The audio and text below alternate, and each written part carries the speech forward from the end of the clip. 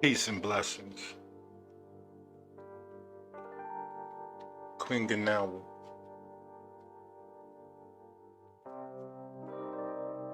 Kulamosi. Peace and blessings. Walaguntawakan. Onaguntawakan. Peace to everyone. Yeah, it's been quite a week. It's been quite a week.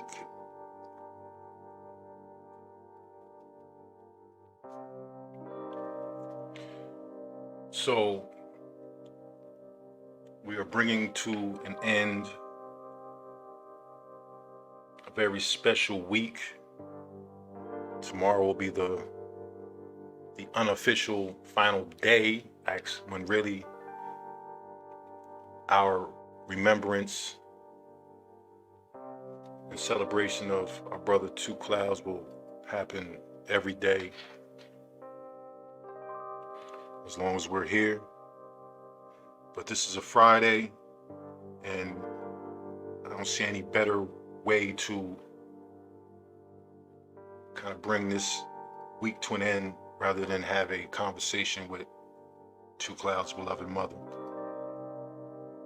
So, 2 o'clock, Unta will be joining us to talk about the significance and meaning of staying with Two Clouds week, significance and meaning of his life, his contributions, and some updates on what's going on with his case. So, just gonna kick it a little bit, a couple minutes till she joins us. Now, I've had an interesting week. Obviously reflecting on our brother, learning more about his case. You know, it's actually heartbreaking. It was heartbreaking when we first heard, and it's even more now that we're learning more about the case.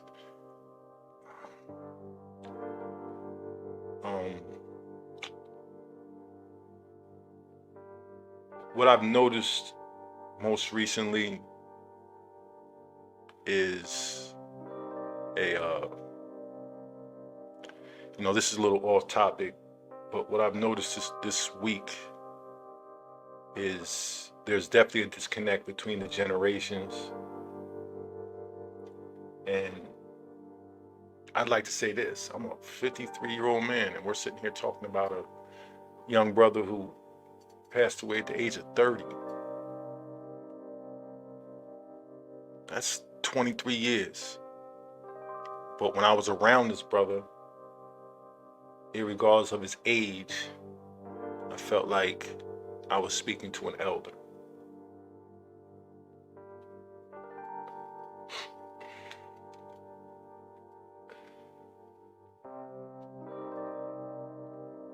King I Am, peace. Thank you for joining us.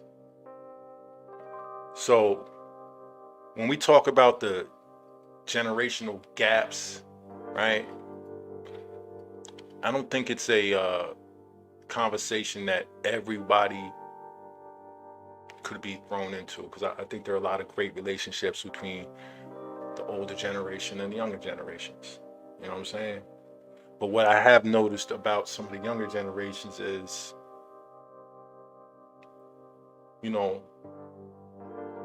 we stand on the shoulders of giants. We just don't cling to our grandma's back. Feel me?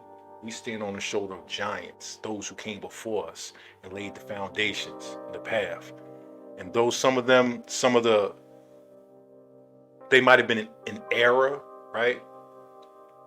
In some aspects of what they was teaching, they still the ones that came before us, right?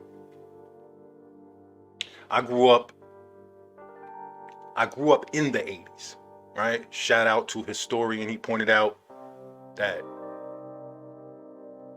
being an 80s baby doesn't mean you was born in the 80s. speaks to when you were out in the streets, when you was growing up, when these cultural influences were, you know, being thrust upon you because you were outside, right? So, born in the 70s, but I grew up in the 80s. My outside experience is the 80s, right? Crack era, that shit. I came up Michael Jackson and Prince, you know what I mean? Breaking MTV. Never was any black artist on MTV until Michael Jackson and Prince. I came up then, right? So I didn't come up during the James Brown run, right? But obviously, you know, I didn't come up during the Jimi Hendrix run, but obviously because I like Michael and Prince, I pay reverence to them.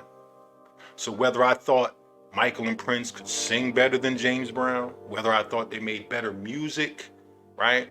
I still held a level of reverence and respect for James Brown. Even when James Brown was getting arrested, driving down the highway, doing 100 miles an hour, all the crazy shit he ended up getting into, musically, I still recognized him as the icon he is and would never say, oh, we off that shit. James Brown, oh, that was back in the day, we off that shit. I'll never be off that. I like Michael and Prince, so I'll never be off James Brown, right? There's artists that Michael and Prince have influenced who could never say, oh, that James Brown shit is done. But this is something I hear coming out the youth of today. And it was one thing when you had other cultures trying to retire our icons, pardon me, right? When you had other cultures trying to retire our icons, that's one thing. But when we doing it to ourselves, that's a whole nother situation, right? When we don't honor ourselves and our own heroes and the people who make contributions to our cultures, that's when we have an issue. And I'm not talking about correcting them in their errors. I'm talking about honoring them irregardless. And if we have to correct the errors, we correct the errors, right? If I feel Michael Jackson can sing better than James Brown, which we know he can, there's no need for me to disrespect James Brown. See what I'm saying? If I feel Prince was just as great a guitar player as Jimi Hendrix, it's no need for me to put Jimmy down. Prince is a part of that equation. Jimmy's a part of that equation. Prince is the nigga that stood on Jimmy's shoulders. So there's no need to say this one's better than that one and this one. No, he influenced him. I would hope that we get better in time because that's what we're supposed to be doing as a people, growing so we can get better in time, right? Not tearing down the people whose shoulders we stand on. When did we as a people start doing that?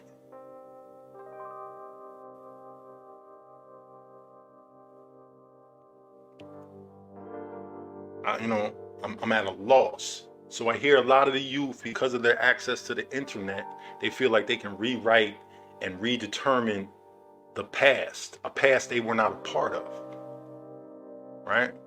Another conversation going around, difference between freestyle and off the top. When I was growing up in the 80s, in the crack era, when we were in the hallways banging on walls, before there was an MP, before there was all these things that we know and associate with hip hop, when we was banging on lunch tables and niggas was rhyming, freestyle back then was a rhyme that was braggadocious.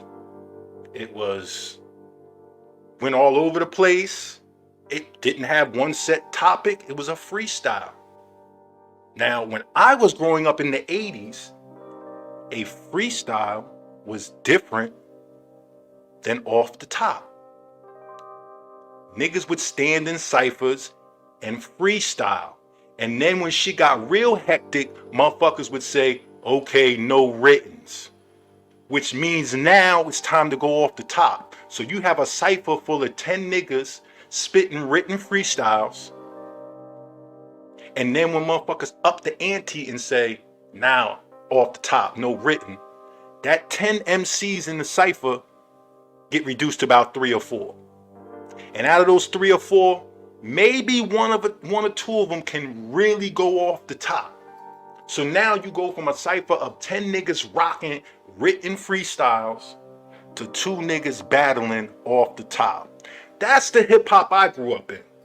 Now, I'm from Jersey. I spent my time in Jersey and New York. Those the ciphers I recall being in.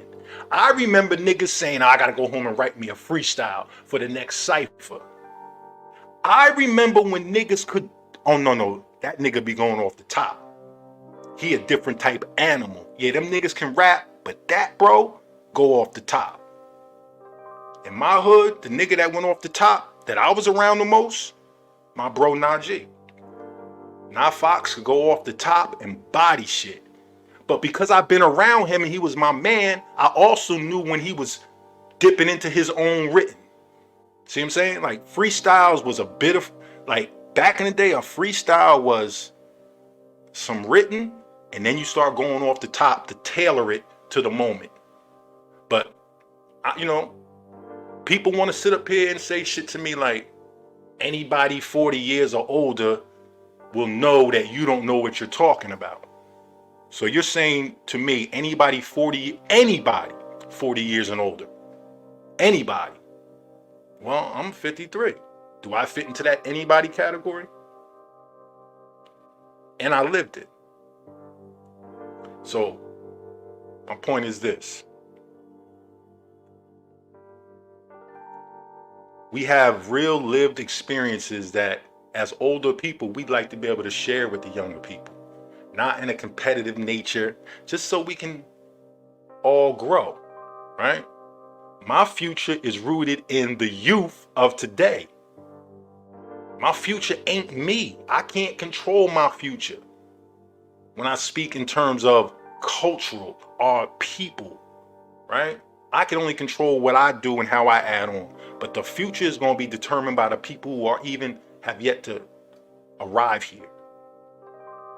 Right? So we got to leave them proper information and we got to leave them with a proper way to determine if information is right and exact or not. And a part of that is what? Sitting at the feet of elders, of people who are qualified to talk about the things they talk about. And what makes them qualified? Reading books? Does reading books alone make you qualified? Or does having these actual experiences make you qualified? I tend to think having the experiences, because I've read books. I've read books about hip hop, right? I know about, right, the general information about Kool Herc, right? Grandmaster Flash, right? Bunch of DJs we could talk about that are known, right? Historic DJs. Then there's the 4-hour conversation that you overhear while you're riding in a truck to Elmira, New York. And in this truck, you're sitting next to Kool Herc. You're sitting next to Melly Mel. And in the seat behind you is Kool Herc. And Kool Herc and Melly Mel are talking about the history of hip hop. And I'm sitting there with them on my way to Elmira, New York, because there's a concert. And in this concert, the headliner is Rakim, and the openers are the Lox. Special guest appearance, Kool Herc and Melly Mel. So I'm in the truck that was sent to pick up Kool Herc and Melly Mel. I'm riding with them for 4 hours to Elmira, New York. And they went through the history of what they know hip hop to be from their lived experiences in it. And I'm listening to them mention names that I've never heard mentioned in any hip hop documentaries or books. Names that are mentioned by people who you only know these people if you were there in the moment.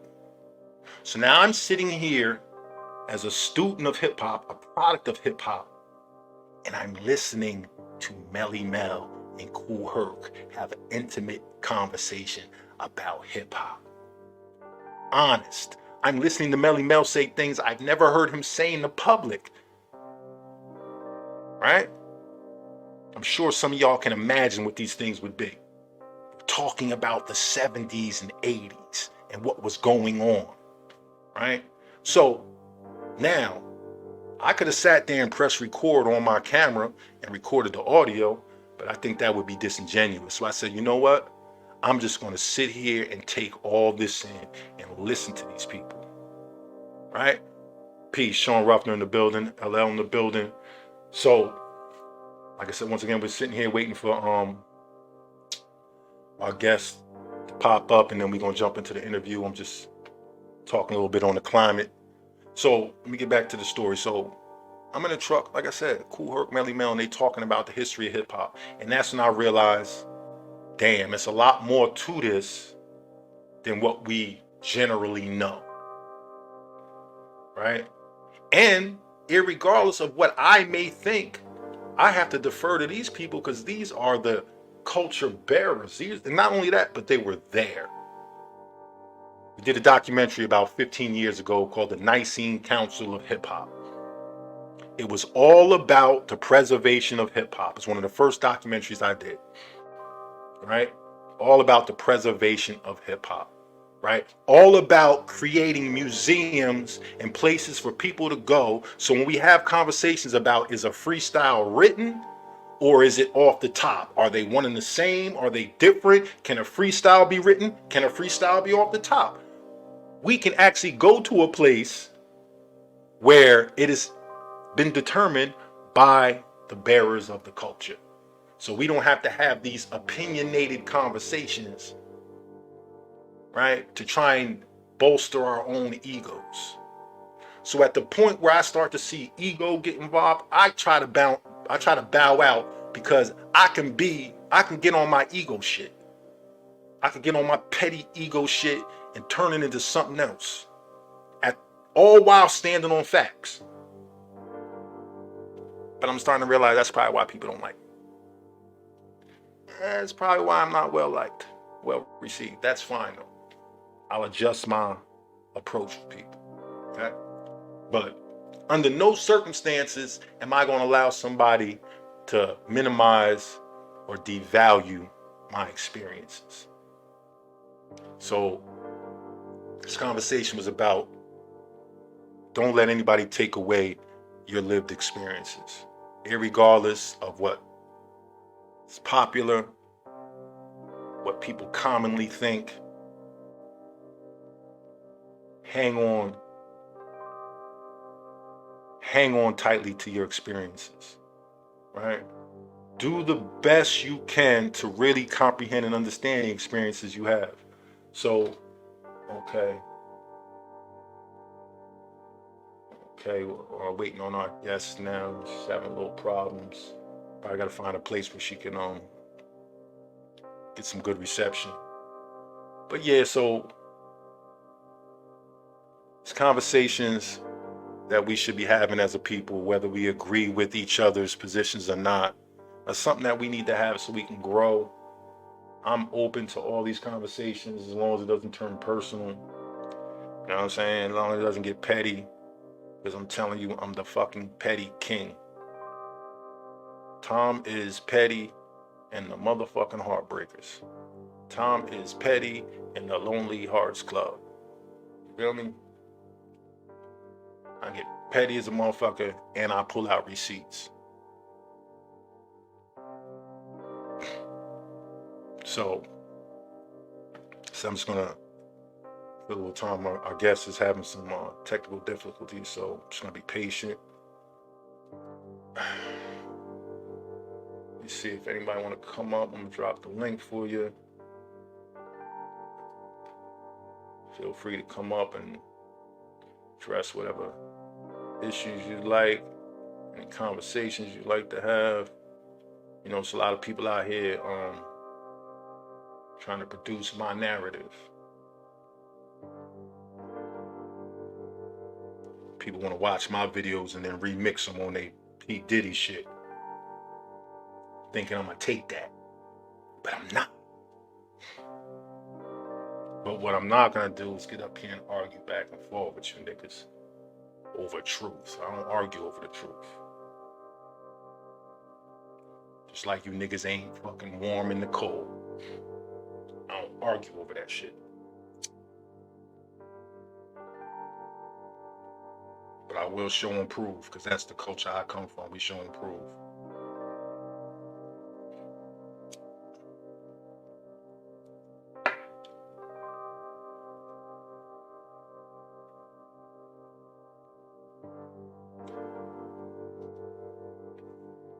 I want to share some of their experiences. If not, it's cool. We're here to document this history.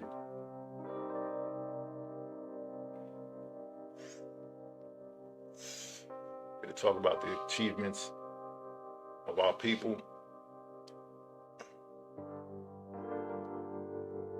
And how to continue moving forward.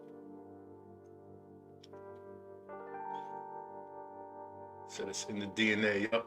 Everything is in the DNA. You just gotta be honest and open, because your ancestors exist in your DNA, right? That's what DNA is. It's your ancestors, literally. So we can't be on some bullshit trying to rewrite our ancestors' stories, denying them of their experiences. No, irregardless if you agree with what your ancestors went through, if you think it's not true, you have to honor your ancestors' experiences. And the best way to do that is to do the knowledge and to find out what your ancestors' experiences are. Sometimes the hardest life makes the best people. You know what I mean? Pressure busts pipes, but it also makes diamonds.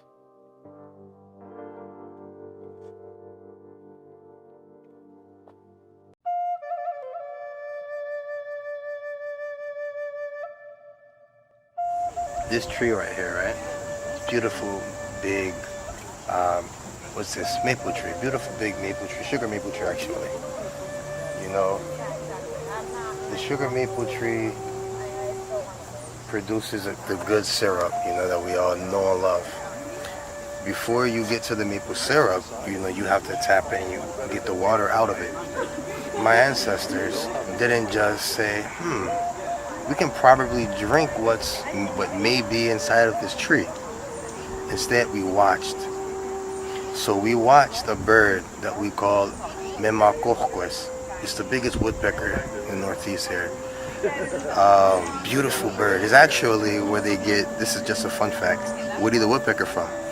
You know, Woody laughs, and when you hear them, it sounds like they're laughing. Old story says that. That's it. Look at that. Here's me.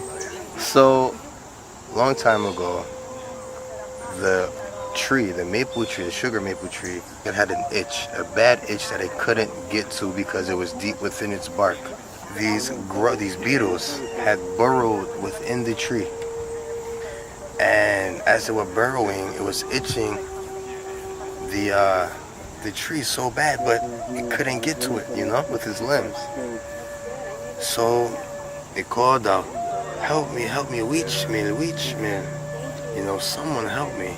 Memacohquest, when he came, you know, he said to Sugar Maple, you know, I can help you, Sugar Maple, and he began to peck and peck and peck at the tree and eat the worms and the beetles out of the tree. So after some time, it was a dry season and the water was beginning to dry up. So Memacohquest was so thirsty and had no water. And Maple Sapling saw this and said, my old friend, you can come and drink from deep within me. Drink the sweet water that's inside of me. And he began to drill inside of Sugar Maple again, and when he stuck his tongue deep inside, he began to drink. And when he was done, the water continued to come out of the tree. So my ancestors saw this. It's a nice story. but it's more than just a story. When these stories and things die, the spirit of my ancestors, the spirit of the trees, of the animals dies along with it, you know? So we use this land to teach these different stories, to keep all of these different things alive. So what's happening today is just a continuance of that. And we're starting now. Anishik. Yo.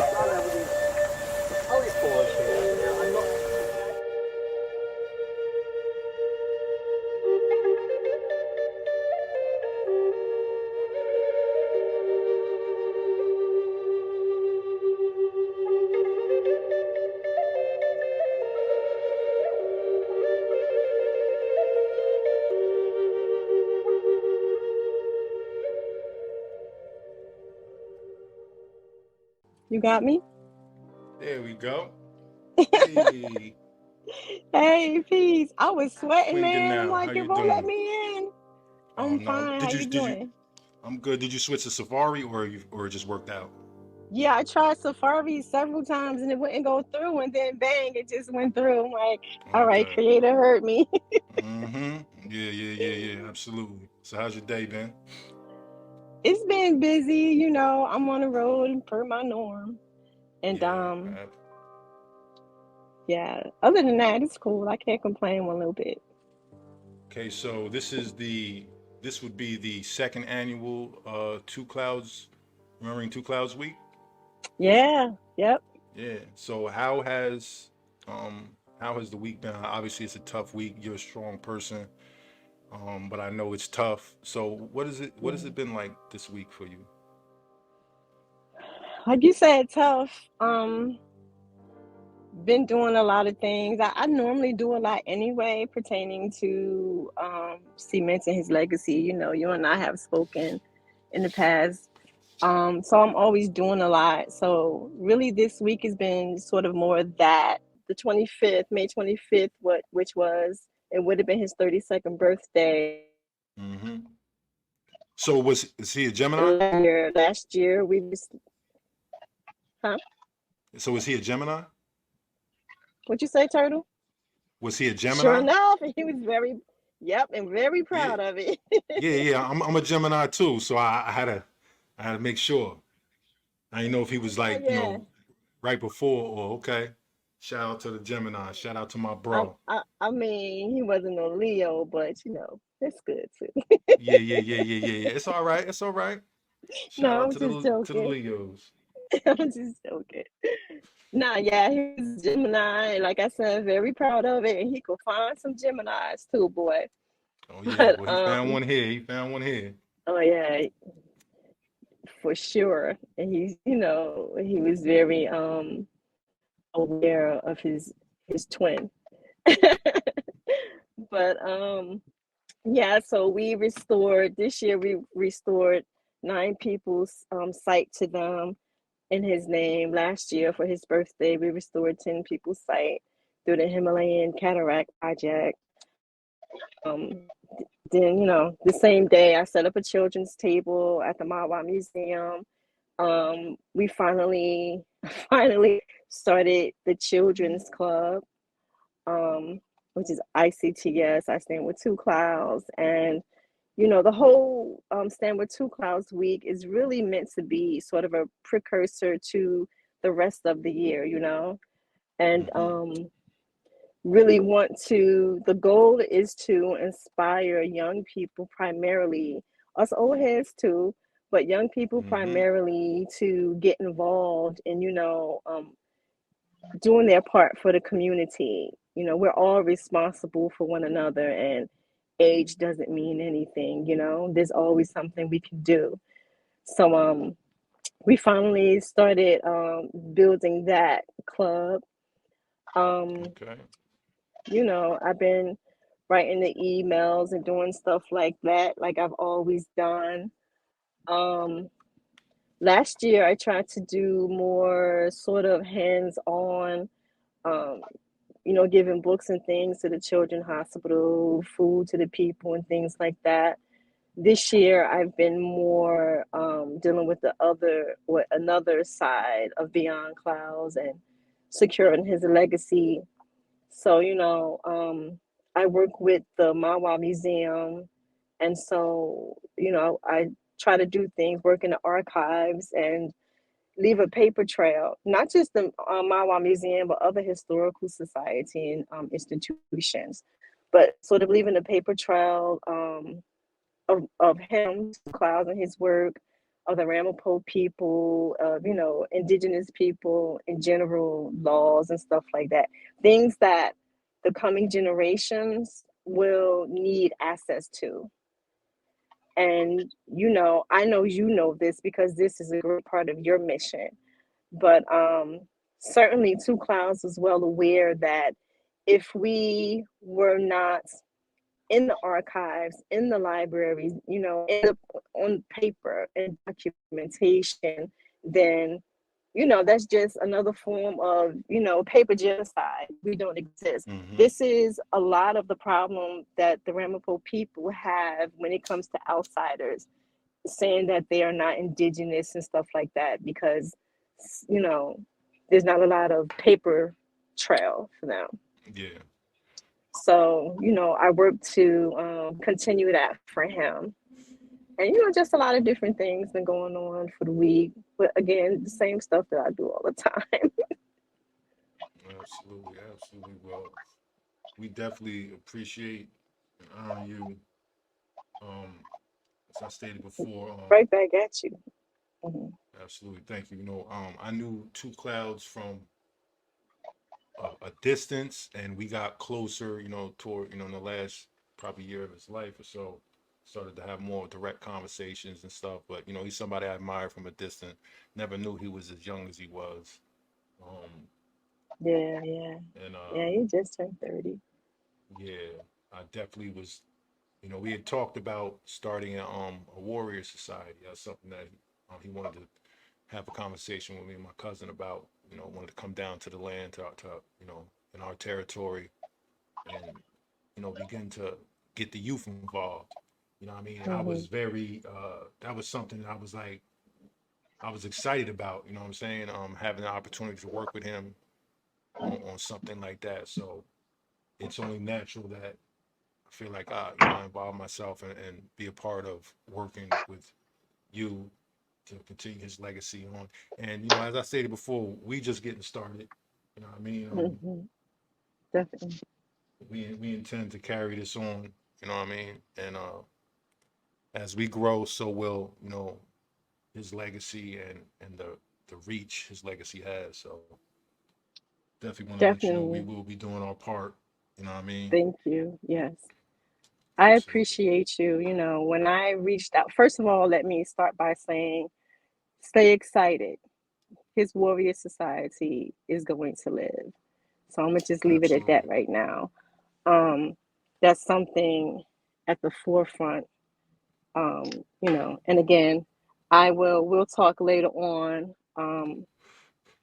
as that builds, and I'll give you more information on it. But as I've said to you before, when I reached out to you, so this is how, I don't think I ever told you how I found you. Mm. So, there were a whole lot of people saying that they were pro Two Clouds but weren't. I kind of had to find that out the hard way.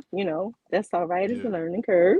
But and so I started looking at, during the time where we found out that he, passed away. I started looking on different people's Facebook pages, like who was actually shouting out to. And I saw you. And so I reached out to you. And I saw, that you had a podcast. So I checked you out, did a little bit of research, looking at your Mm. podcast and stuff. And then I reached out to you and was like, hey, I'm Two's mom, blah, blah, blah. Would it be possible to come on your podcast? And immediately, not only immediately did you, you were like, oh, definitely, but you actually kept your word. And, I have so much love and respect and appreciation for you. And you know, whenever you need me, I'm there, you know, and vice versa. And Absolutely. so I just want people to know that you real, true blue. So I I appreciate appreciate it. that. And that And just shows me that you have love for two. yeah, absolutely. Like I'm one of these people. I don't understand. Like life is real simple to me. Like just do what's right. You know what I'm saying? Right. Even if it's uncomfortable, even if it's gonna cause you some, you know what I'm saying? You gotta do what's right. And Definitely. I don't understand how they don't make life that simple. You know what I'm saying? Like Yeah.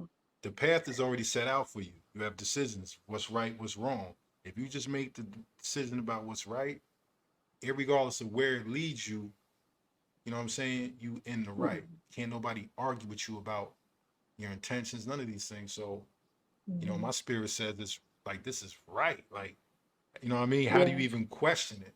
So like Yeah. I can't fathom how people who, you know, who would have said that they loved him and this and that and would have had greater relationships with him than I did aren't elbowing people to get to the front of this line. You know what I'm saying? That's just, you Man. know. So I'm learning some things Mm. too, but I'm learning things from another perspective as well. You know what I mean? That helps me see a much bigger picture and what's really going on, not just politically, but in the hearts of people. You know what I'm saying? So Yeah. Oh man, I ditto to that. Same with me. And you know, it's a lesson that needed to be learned, and it's a lesson for me, at least, that needed to be learned early on because there's far too much work to be done. Far too much hmm work. And it's way bigger than two. Like I was telling somebody before that, truth be told, I could easily make this into a black white thing. My hmm while, you know, police department don't care about, you know, black man that was found dead in the water and all this kind of stuff because they didn't even assign us a detective. There's been zero investigation. I can easily make into a black and white thing, but it's not a black thing. It is an indigenous thing. And we hmm are Afro-Indigenous people. We're black, but we're indigenous also. And Two Clouds was an indigenous rights activist, a successful Yeah. activist.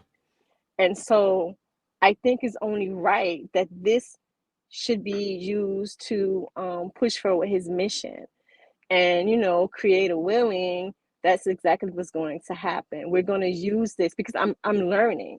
So all the people I'm reaching out to who claim to be, you know, MMIW, MMIP organizations who do zero, don't even spread the word, won't give me information on where to go and all these sorts of things.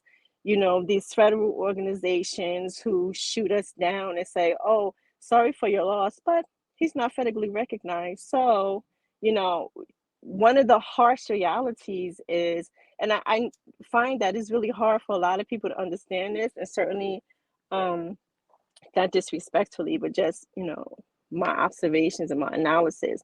It's really hard for a lot of African American people to understand this because we grew up with this idea that nobody had it harder than us, you know?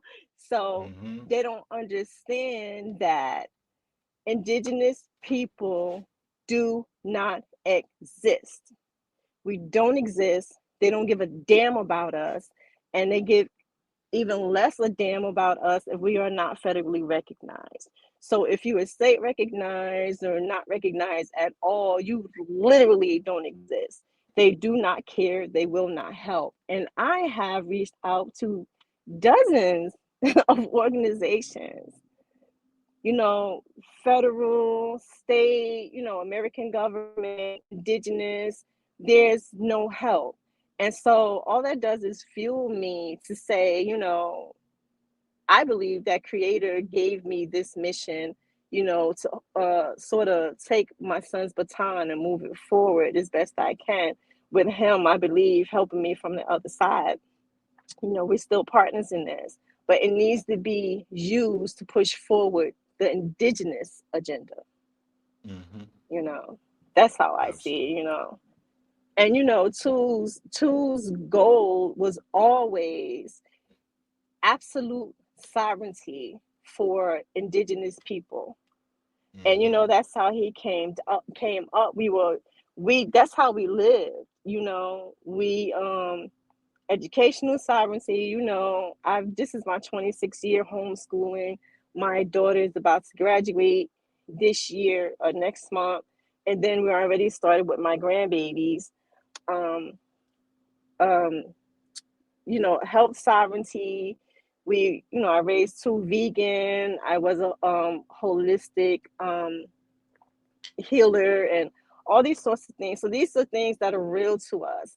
And seeing how he lived on the land or off the land and fished and all these sorts of things, it's doable. And sort of bring it back to the beginning of the conversation, was saying with Two Clouds Week, these are the things that we want to inspire the youth who have not really been, brainwashed as much and stuff like that, and who see like, oh, this is doable, because people do it all the time. Pocket communities pop up, and black farms and all this sorts of things. It's very, very real, and it's there for the taking. And, Mm-hmm. someone like Two Clouds, who, like, to your point, he was a young dude and he was doing all these things, so I, I, I know I'm going off on a tangent, No, but no, that's what we here for. We're here to listen to you talk proudly about your son and how we can help you continue on his legacy. yeah, That's what we're yeah, here for. I So, I appreciate everybody who you feel helps, me? and So, you know, yeah, I think I've met some powerful people in my life, in my journeys, right? I've met hmm people who are powerful because they earned that power through whatever actions, elected, wherever that, whatever it is. And then you meet people that just they they're born with it. Like, you could take a bunch of 6-year-olds and put them in a room, and a hierarchy will form. You know what I mean? There'll be one absolutely. child that becomes the leader of these children naturally. You know what I'm saying? Not no votes, hmm not nothing. You'll see it, right? Yep. And I feel like Two Clouds was at the top of that hierarchy in terms of the spirit, like who he was, like, his archetype was that. hmm You know what I'm saying? And Yeah, yeah. I could And recognize. he was I think, humble. yeah, no, all that is a part of it. See, I've been hmm around people who have reached financial success through business. I've been around people who have, through artistry, right? Been in the same room with all these people at the same time.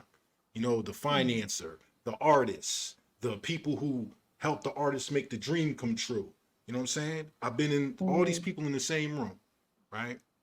hmm And it's all artificial because it's based on a construct, right? Then you'll have the person that walks in the room that is actually the person, and you can hmm feel the energy change, hmm irregardless of the status of the achievements of these people. You know what I mean? You have people who are just that person. I feel like he was somebody who was sent here to bring about, tremendous change and influence. You know what I'm saying? He was, what I mean, a true influencer. Absolutely. You know what I Yeah. mean? Irregardless of social media. See what I'm saying? Yeah. And hmm you could just, like I said, I've been around long enough to be able to recognize that in people and not be intimidated by it or jealous of it. See what I'm saying? And Right. Because you want what's best for the people. So it's like, okay, let's yeah, collaborate. Let's yeah, do this together. exactly. Because it take more than one. So Take more than one. Like, yeah, like everybody ain't the quarterback. You know what I mean? Some right. of y'all is gonna be the lineman. I'm sorry, but we Yeah. need that. You know what I mean? I'm Yeah. I'm happy playing whatever part I played, long as I'm on the field. Feel me? Right. And if somebody Definitely. that's better than me and they more qualified to be on the field, then I'm the next man up. That's how, hmm you know what I mean? That's how Yeah. I kind of see things. And Two Clouds was definitely somebody who, you know, whatever I could do, I might have been sent here to help you facilitate the things that you have to do. That might be my part. I don't know. You know what I'm saying? But that's Right, how and I vice kind of versa. that's how I kind of look at life, and that's how. And like I said, he was a special person, man. I met some special people all up and down the East Coast, all over. You know what I mean? But pertaining to these communities, he was definitely top of the line of people that I've met that I feel like stood out, and I feel like Jersey could have learned a lot from him. Not, you know what I mean? Not just the Indian communities, but New Jersey. You know what I mean? So Yeah, yeah. I feel like so much has been lost, and people don't seem to care about that when they do evil. Um, they're just stuck in their present reality, and like we got to stop this for whatever reason, and then they don't care to even contemplate what the effects will be. Like this happening to two is going to literally affect generations. yes, It is, absolutely, and absolutely. certainly his children and my family and so on and so forth. But it is what it is. Creator is the only one in control. So I thank Creator for taking him, because who knows the state he would have been in, a vegetable or whatever. So I look at it as a blessing. And I don't know if I told this to you in private. We could talk about it later if you want to in private. I won't go into it publicly, because to me it's something sacred. But I will say that for at least 2 months, maybe more, leading up to this, I was just like filled with this melancholy, man. I couldn't put my finger on it. I didn't know what it was. I was just extremely sad and like depressed for the longest. And Sue and I would talk about it, and I'm like, I don't know what's going on. Something, we're spiritual people. So I'm like, something is going on. I don't know what it is. And talking to him, he kind of contemplated it, and he's like, which is McDua, and that's a lot what it is, because we couldn't figure it out. And so the day before we all found out, when he was pulled from the water, I had a vision, and I knew that something really huge was coming along the lines of, revolution and organizing and stuff. I didn't know what it was. I thought it was something else that I was about to get involved in. And so when this happened, I knew for certain this is what it was, and that my Mm. son and I are working in tandem to, get this popping, whatever it is that Creator has for us to do. But certainly this is a joint mission, and it's something that's going to go down. I already know. So far as I'm concerned, Creator already let me know that whatever I'm supposed to be doing, and with whomever I'm supposed to work with, that is going to be a success and is going to be major. So that's why I don't worry about stuff. I don't fear people. As far as I'm concerned, the only one worthy of fear is the one who created it in the first place. So I don't care about other cats. We all have the same exact opportunity to be murdered, maimed, all that kind of thing. So I don't fear anyone. And I'm okay with joining my ancestors and meeting with my master. And so, but I don't think that I think that there's work that is supposed to be done, granted to Hmm. us from the creator, and again, is going to be a success. So, those are the things that keep me going, because I feel like I've already been told, like, nah, it's good. Like, chill, Yeah. you won't be frustrated and all this. You won't want to slap people sometimes. Mm. And you're gonna be Absolutely. confused, don't know which way to go, but like, I got you.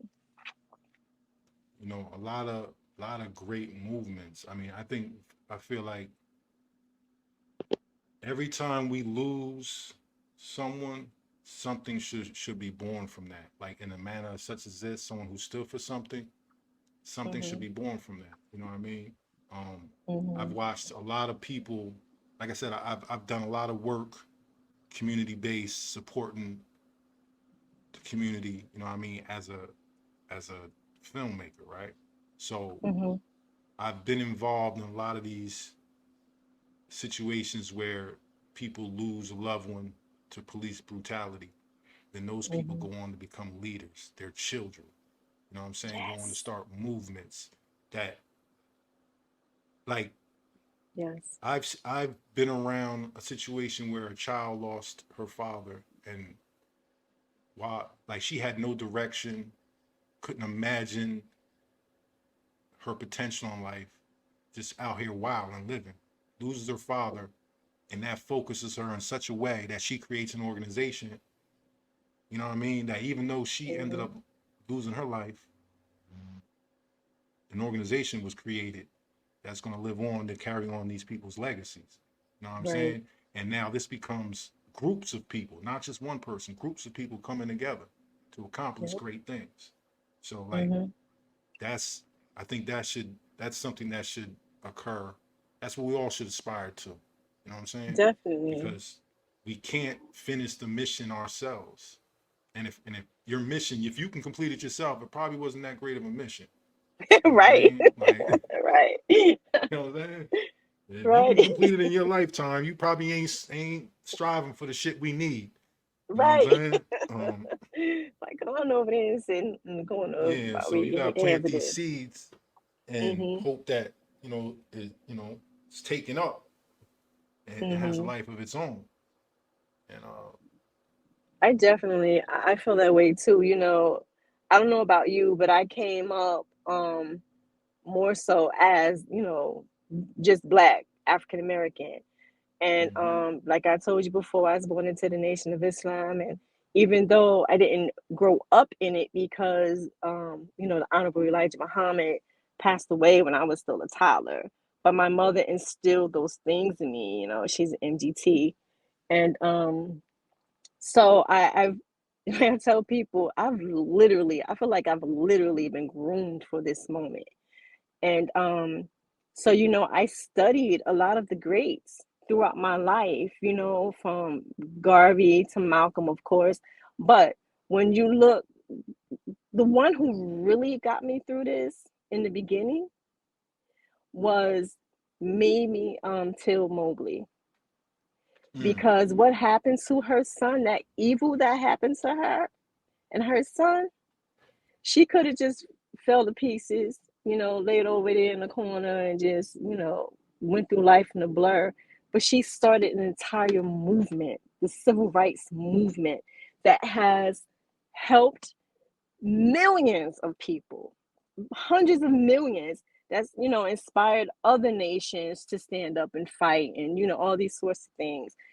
These are the people that I look to, Merle Evers, Angela, Sada, all of these people, when Murid was Two Clouds was, being formed in me. These are the people I was reading and trying to emulate and all this kind of stuff. And mm-hmm. so definitely I agree with you wholeheartedly that, again, this ain't about us. It's just not. It's not about us. We are nothing but tools and, warriors, hopefully for real warriors in this mission. That's all it is. I feel like if the Messiah, or the Prophet Muhammad, or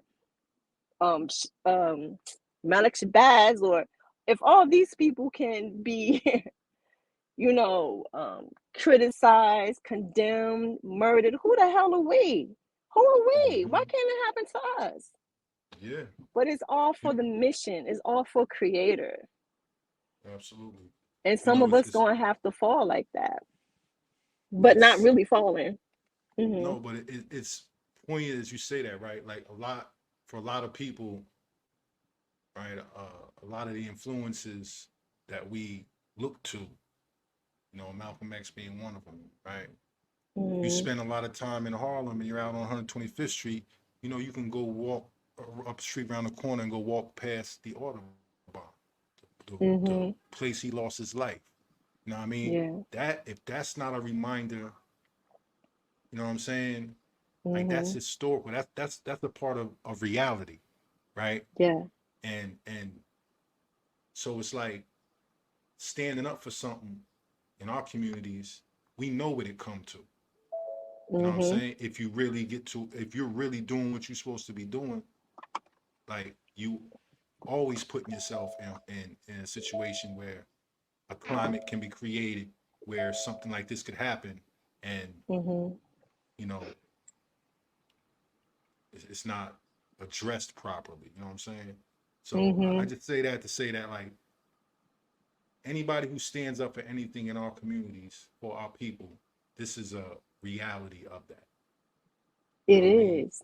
And it's always been.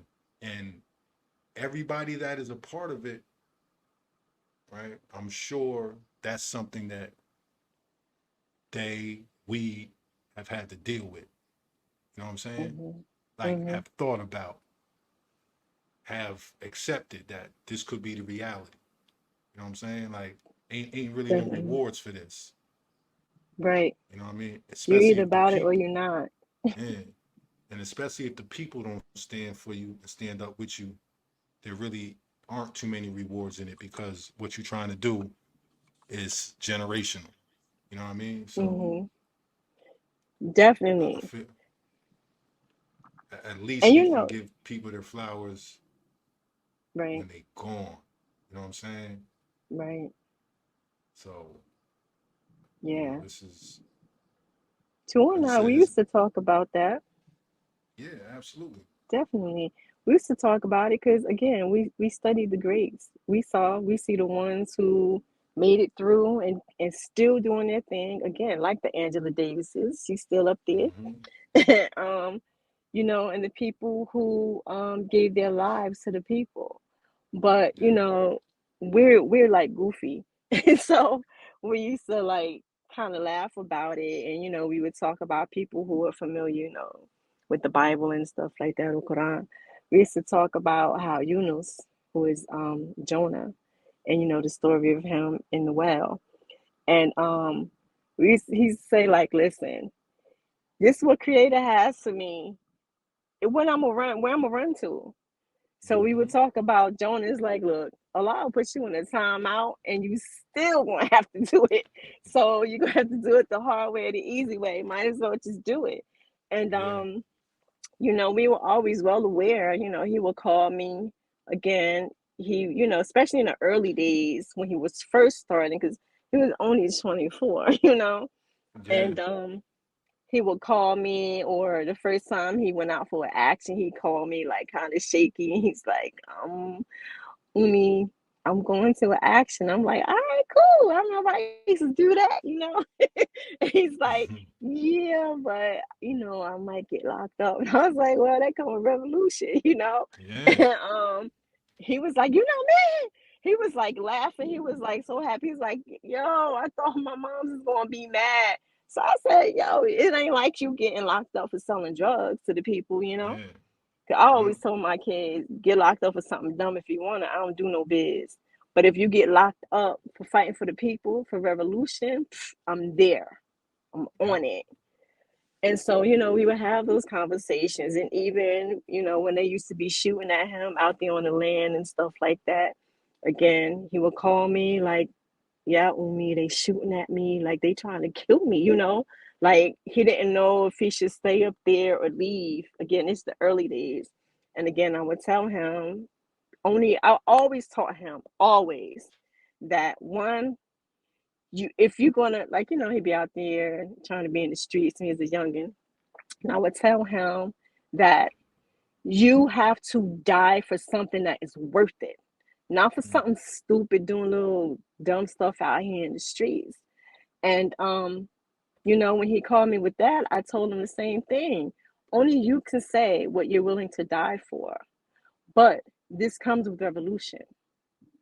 Yep. And he stayed. And then after a while, the reason he stayed was because he literally made an oath to Creator that he would never leave the Ramapo people, that he would always stay there. And that's what he honored because he knew that they needed him.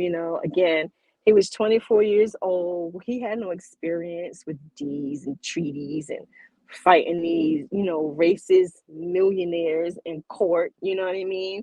But he went up there and he did it and immediately started making change, like serious, tangible. 7 generational and longer change. And so, you know, he knew, we knew that Creator gave this to him, that this is what he was supposed to be doing. So, you know, it is what it is. And as soon as this happened, by the next week, you know, my father passed away the week after, we think from a, you know, broken heart. He had 6 heart attacks and passed away. And so like the next day is when I started Beyond Clouds. And you know, I'm like, all right, Wow. I got you. You know, I had to catch my baby. I got you. Don't worry. Still, I talk to him sometime, let him know I'm fighting for you still. You know, I'm cementing your legacy. You'd be really proud of me. You know, things like that. Because, you know, he's my son. I was his teacher. You know, he my student, and then it was reversed. You know, so I look at myself as his comrade, but certainly as his student, and I'm constantly learning from him. I don't know how he did all this stuff himself. Yeah, it's amazing. Yeah, So, it's crazy. um, can you talk a little bit? I know we talked before about it, but can you just talk a little bit about his upbringing and the influences and the people around him that helped make him the man that he is? hmm Definitely. So again, certainly the influence started with my parents and my mother in particular, through the Nation of Islam. I always give love and big ups, shout outs to the NOI and to the FOI. To this day, I believe that they are the primary organization that has done, you know, the greatest work within the Black American community in particular. And, you know, other organizations that seem to have some sort of success, I think they just followed the minister, you know, Honorable Elijah Muhammad's template. And so, you know, I instilled those things that I knew into Two Clouds. Um, Again, I was part of the Ansar Law community when you know, I used to pray to Creator to send me a child. I wanted a baby so badly. And then, you know, I would get up, I'd be up in the middle of the night praying to Creator, to whoever this child would be, make him or her, you know, a great leader and revolutionary and things of that nature. And so, you know, I put all my stuff on hold to homeschool him and the others, my other children. So all those things, you know, influences from the NOI, influences from the Ansars, um, you know, went into him. And then as he was growing, we were members, firstly, of Masjid Ashabi Amin, which locals call Fourth Ave, the mosque, the Masjid on Fourth Avenue in East Orange. Um, you know, we saw a few really good imams through there, starting with Qasim Amin Athari. We had Sheikh Mohammed Jabba. We've had Imam Abdul Aziz, who is Hafiz Quran. He's been there for at least 20 years. And, you know, all these brothers are very, very well respected within not just the Black American Muslim community, but nationwide and, you know, worldwide. Um, and then Muhammad Jabba and his brother Ali Jabba, we later became members of Dar es Salaam, the Masjid in Elizabeth. And um, that the Imam there is Ali Jabba. Muhammad Jabba and Ali Jabba are the sons of Sheikh Hisham Jabba. Hisham Jabba is the brother who, when Malcolm passed away, well, when he was murdered, um, he got together some people because everybody was scared to go and get Malcolm's body and stuff, you know. And so Hisham Jabber, to put it simply, um, Hisham Jabber put together a group and they went over there and was like, nah, give us that body. And so, you know, they took care of him and gave him the proper Muslim ritualistic, you know, funeral, his janazah. And he is the brother, when you see all the footage of Malcolm's funeral, he is the dark-skinned brother. They're actually Arab. They're not African American, but they're dark-skinned Arabs. And so, he's the one who is there in the Arab guard, the dark-skinned brother, leading the prayer. So Mhm. he was just wonderful on so many levels. And he taught metaphysics and all this sort of thing. He has books on you know the history of Black people here in this country, indigenous people and such.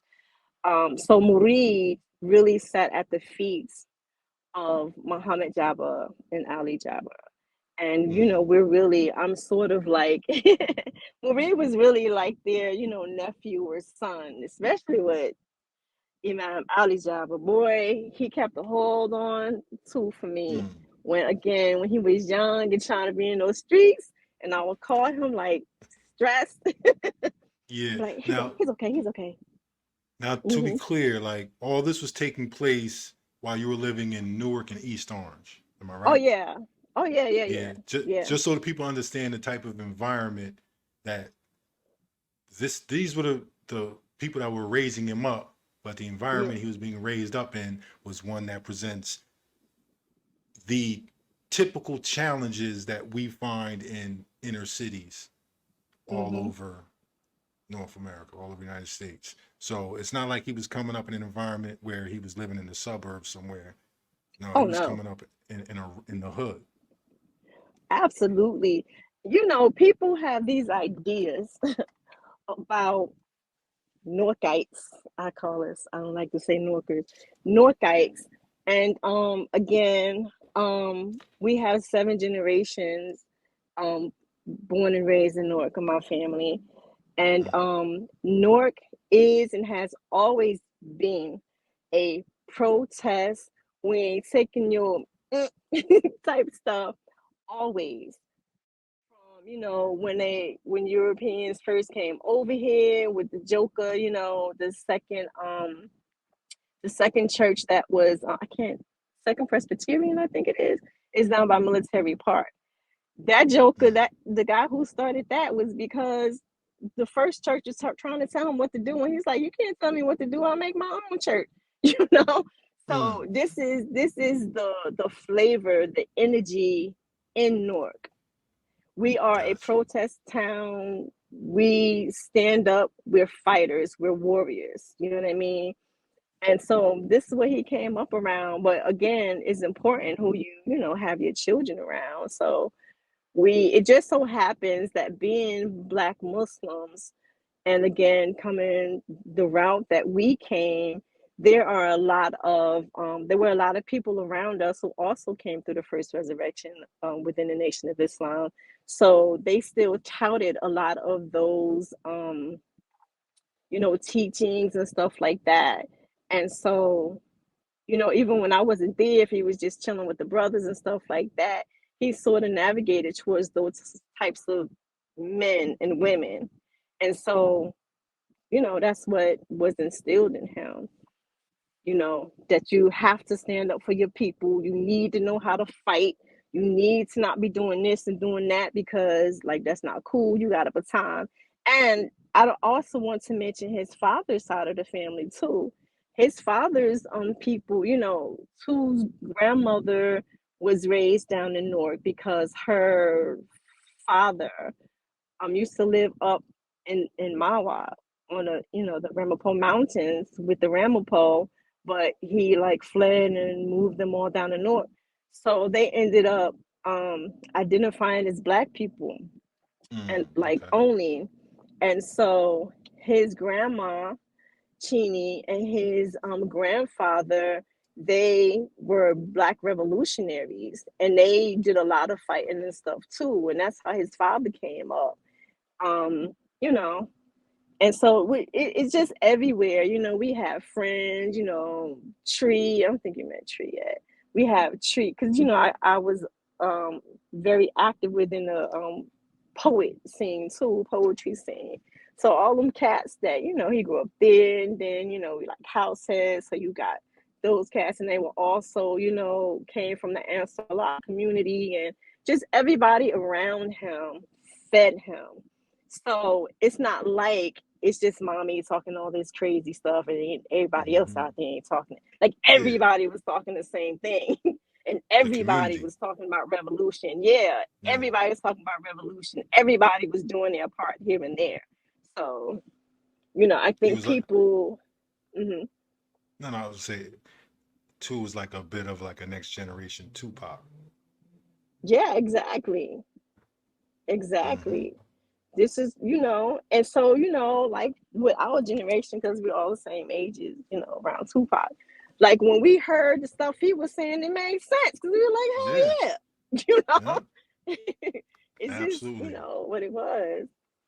So I don't know. I think a lot of people probably before I started running my mouth and making videos and stuff, it seemed like a lot of people had this idea of like, oh, poor little Negro boy came up here and found his people, and you know, he came on the land and was like, hey, are those trees?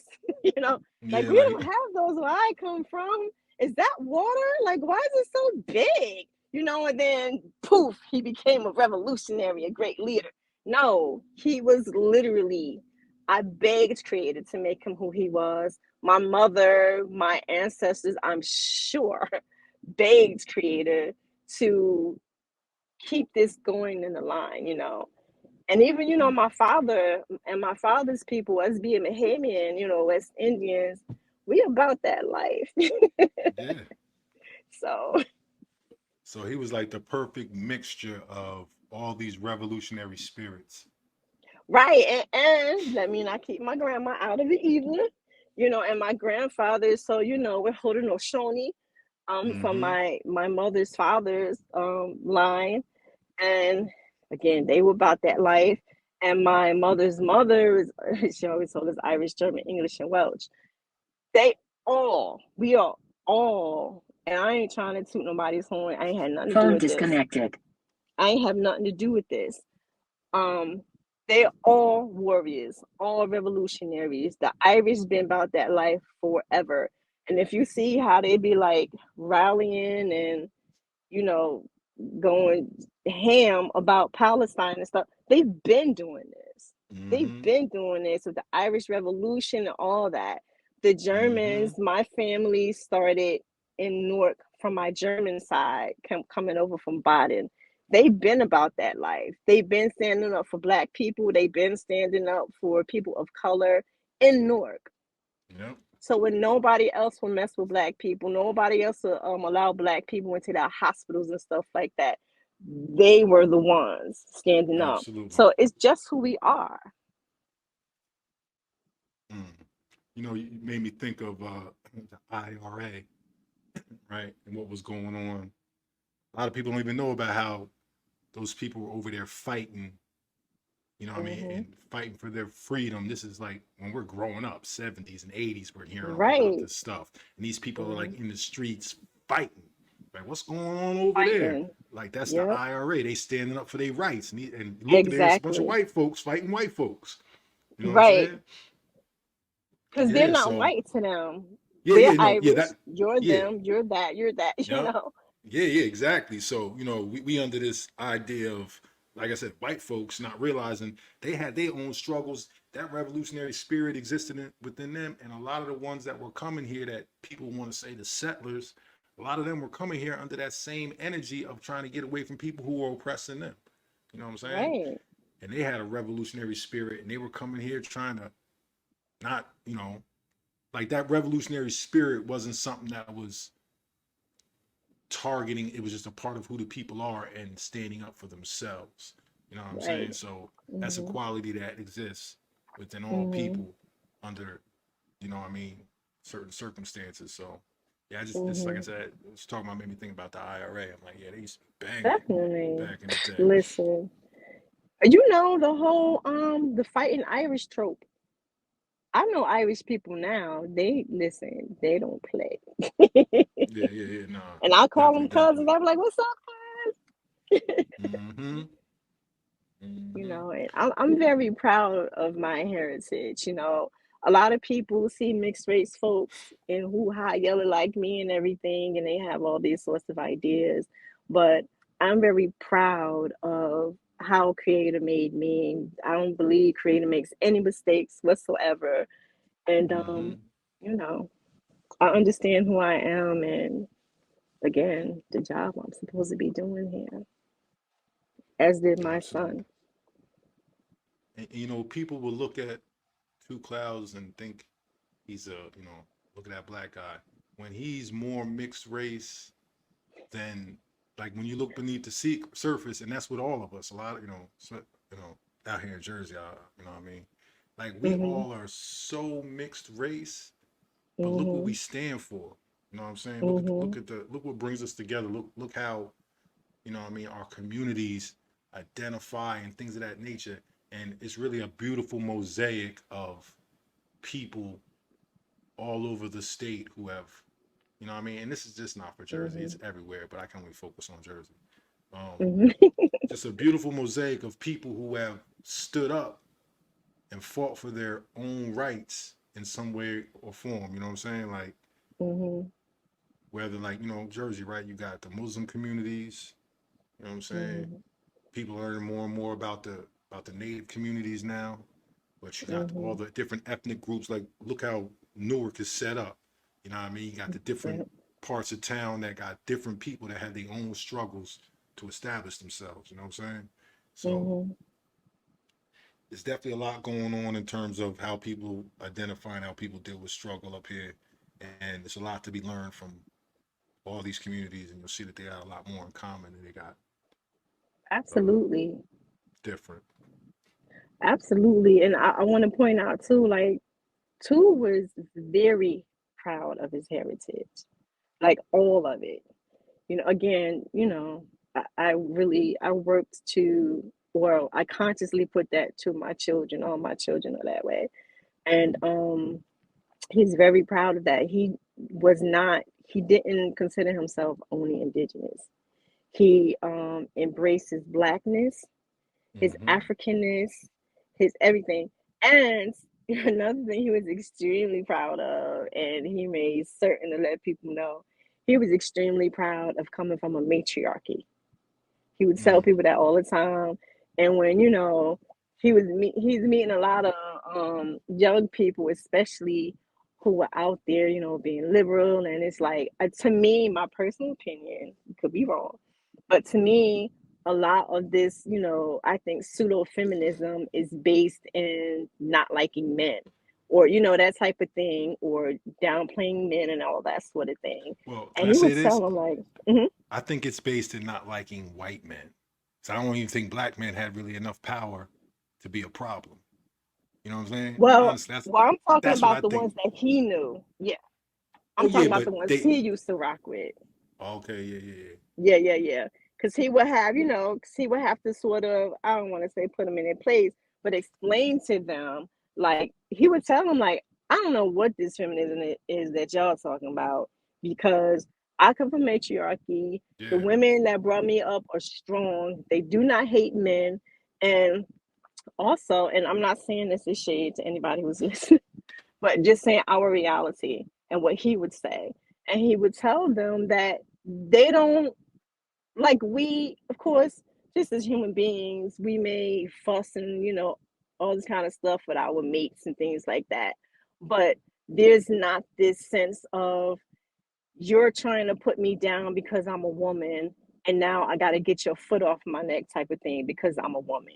We don't Yeah. have that in my family, and we know to work together. Yeah, I might get on his nerves sometimes, he might get on mine, but it's not because of any sort of gender isms, you know what I mean? Yeah.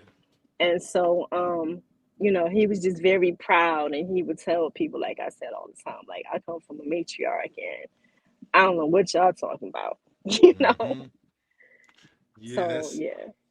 that's real funny. Like my grandmother had, like, I think she had 16 kids, Mm, 13 girls, 3 boys. mm, So the natural mm, dynamics of the family were that. And like successful marriages, not like these were women that dominated men. You know, they all respected their husbands, had great marriages, but the natural dynamics of the families were the women ran and controlled everything. You know what I mean? We still had enough of our, like, plus we were still dealing with a lot of land issues that were all being determined by the women. Like that was still a part of of the culture. I'm talking about when I was young. The women were still making decisions over the land. You know what I mean? So Nice. I definitely identify with that. I feel like I was brought up with a reverence for women that I gave to women in general, not realizing that every woman don't come from the same type of cloth. You see what I'm saying? And it's Yeah. not their No. fault. It's just how they're raised. So I had to learn to treat people, not treat them differently. Everybody gets respect, but understand who it is I'm talking with or addressing based on the psychology of how they was raised. You know, you get what I'm Yeah, saying? because definitely, being a mother to two sons, I have two brothers, I have cousins. I've seen how some women, unfortunately, I think a good percentage of women behave. And, they can be very dangerous. They can be very dangerous. And, like you said, it comes from upbringing and traumas and stuff like that. But Yeah. I guess the same can be said for anybody, even oppressor, the men who may Mm-hmm. have oppressed them. There's just so much work to be done. So much Whole work lot of to be work, done. right? Yeah, yeah, yeah, Oh yeah. man, to think about it, it's like really creative. You think we could do this? Can we Nah, really he pull like this stay off? focused. He telling you to stay focused. Like Right. I know you see everything, but I got one thing on your plate. Stay focused. And like, okay, all right. Let me not take on too much. Right. Look, That's what stop asking so happens. many questions. Just do what I Yeah, said. yeah. I got somebody else for that. Yo, I Right. have some. So sometimes I have like when I meet new family members, like they're not new family members. They've always been family, but we're meeting and they're connecting, and they're so interested about becoming a part of the tribe, and they're like, yo, and then they start talking about how are we gonna solve these issues? And I'm like, Mm, bro, that like you ain't gotta worry about that. Like it's greater minds that are gonna be put to that task. You know what I'm saying? right. Figure out what it is you bring to the table. Let's develop Mm, that and you could become the expert at that. That way you can teach the rest of us what you are an expert at. I don't think you need to be worried about, you know what I mean, how we gonna solve world hunger or how we gonna feed everybody in the right. tribe. That's not your that's not That's your not your that's not your job. yeah, that's not your job. Trust me. It's somebody gonna come and they're gonna be able, you know what I mean? What is it you bring to the table and stay focused on that? And I think we all can help each other build and Yeah. move forward. So And that's the thing. It has to be the foundation. Like the past couple of years, we're Beyond Clouds is about to go into the third year. And these 2 years have been a lot about foundational stuff. You got to mm-hmm. build those pillars. Yep. And so, you can, especially our ages, seeing so many things for so many years, it's just like, no, but we have to change it. But sometimes it's hard to not put the cart before the horse, so to say. But Yeah. that was also something I had to learn, because creator was like, okay, it ain't gonna get done until I say it's gonna get done, so just Yep. do this. you know Yep. so Do it like took me a little bit of time. yeah, like they say, and not to compare this to a business, but they talk about how long it takes to really develop your business. 5 to 10 years. You know what I mean? Unless you Hmm. get lucky and things happen and you blow up overnight. But even people who Hmm. blow up overnight, you don't see the 5 to 10 years of Right. foundational work they put in before they blew up overnight. You know what I mean? So Yeah. yeah, you're talking about 2 years laying the foundation. Like yeah, Hmm. like and the foundation ain't gonna be complete until it's complete. Right. It's You know what I it's mean? still, Like yeah. Hmm. yeah, and it's still gotta grow. Like I feel like everything I've done with you know uh, my demonstrations, my career, my life, whatever, I feel like it's Hmm. still all foundational work. You know what I'm saying? Definitely. Until I'm able to touch the people that I really want to, right?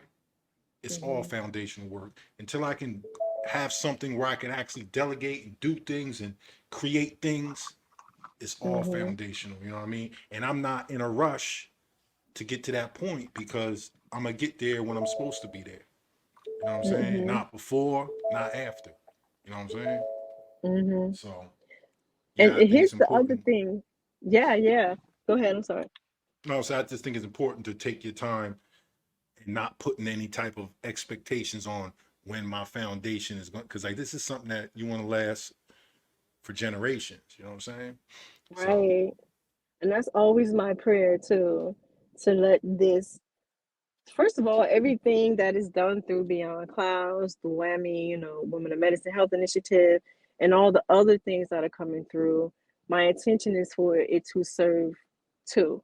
Because, within the Islamic spirituality, things that we do here when we're here personally, things that we do for others, charity and things of that nature, especially knowledge, giving knowledge and things like that, or like water wells and stuff. Those things benefit us once we transition to the other side. And also anything that other people do for us in our names also benefits us. So everything, because who's going to remember Two Clouds and after the next generation, we'll see. My job as his mommy is to do what I mhm, can now for him where he is. And so everything I ask created to let the benefit be for him. And, I handle my stuff while I'm here, and hopefully, my other children, my grandchildren will do what I'm doing for two. But you know, I think that as creatives, you can relate to this. As creatives, there's always another pillar going up, talking about foundations, because we think of mhm, other things to do. yep, And I'm like constantly doing that. And people tell me like, you need to relax, you're doing too much. I'm like, no, there's too much to do. So, I could be in just to lay bed the and have a foundation. dream. Right, exactly. Hmm. And who's to Just to lay say the foundation. Yep. and who's to say, like, in my mind, because I mean, I might have a good 20 years left in me. Even if I'm here for 40 years, I ain't gonna be wanting to do this for no 40 years. So, in my Yeah. mind, I'm doing this so that my children, my grandchildren, and so forth, and any other people who, get involved, they can keep it moving. So, I really look at it Hmm. all as foundational anyway, Yep. Good. and, That's what I was trying to who's to get say? to. When Hmm. you talk about generational work, you can only lay the foundation. What else Right. can we lay? Yep. Because we not. This not something that we want to hit its peak in a couple of generations. I'm aiming for that seventh generation where everything Right. come together At and least. Yep. yeah, they see something. They are part of something that they never doubted would happen because it's always been their reality. Why? Because Right. we put the work in now. You know what I'm saying? Hmm. We put the work in now so they don't have to. I'm gonna do And as let much as I them can. know. Yeah. Yep. Yep. And let them know we did this much work so you wouldn't have to. Like people ask me about my genealogy. How'd you get the genealogy? How long did it take you? They want to have this. I said, man, this was handed to me Right. long before the internet. You know what I'm Right. saying? We've Yeah, I had saw this I saw your work. I saw your the papers. 1700s. What are you talking about? 16 and 1700s. We got our paperwork because we kept it.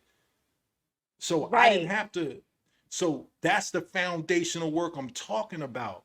Yeah. Because your great great great was like, Yeah. nah, they're gonna need this. Peter Rock took our rolls, our records, and said, you know what? The town doctor need to have these records. So the Mm. first person he gave our genealogy record to was the town doctor in like the 1700s. Mm. So a deposit of our genealogy was with our town doctor. He didn't give him the one Wow. thing and say, okay, you know what I'm saying? Had multiple Right. ones. So I'm just saying, like, not only was the information handed down to us, and then each generation's responsibility is to keep adding to it, which just means Hmm. record who your kids are. That's simple, Yep. right? Right. Right. So none of this is difficult.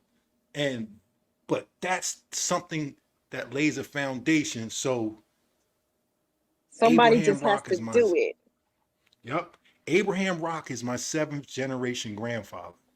That's Wow. powerful for me So powerful. It because is. I'm the generation, they were supposed to wipe all this information out. But here I am 7 generations later speaking on Abraham like Abraham raised me. Mm-hmm. I'm not supposed to be able to Oh do that. man. Right. See? I'm not supposed to be able to do that. So just by them laying that foundation 7 generations ago, we've already won that battle. Right. Because you We know who already, you are. exactly.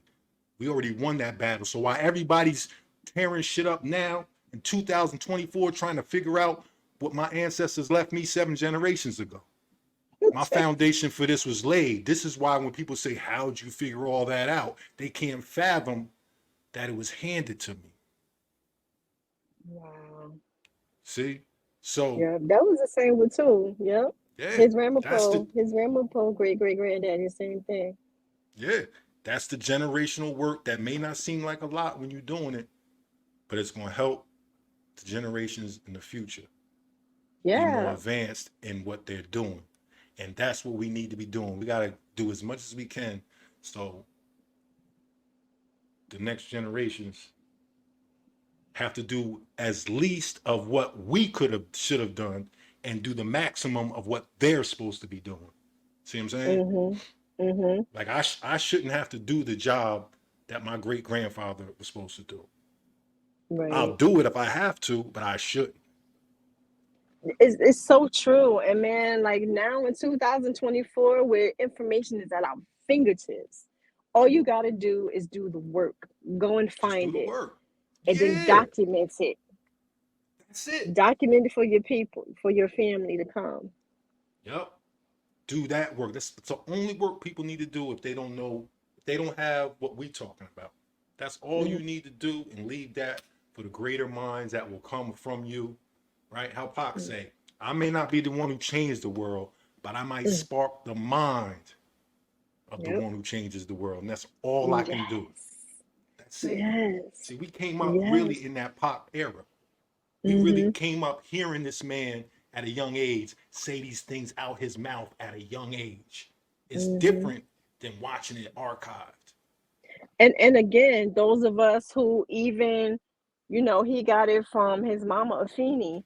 Yep. I Oh, we got it knew from that. people who were doing the same thing, right? Doing the Yep. same thing when she was doing it. And people who, again, Noble Drew Ali, North New Yep. Jersey, all these That's why cats. that's why I made Hmm. the comparison of because it wasn't just you, it was a community that did it, that raised him Right. and Right. made him Yeah. who he was. And he And who even represented the put it interests of the community. in, right. And even who put it in my head. Why would I know to pray the creator to give me a revolutionary to raise? Why would I know this? Because this is what was put into my mind. Mm-hmm. Listen, out of my teachers, the one I remember most is Mrs. Yates. Mrs. Yates was a history teacher at Central High School.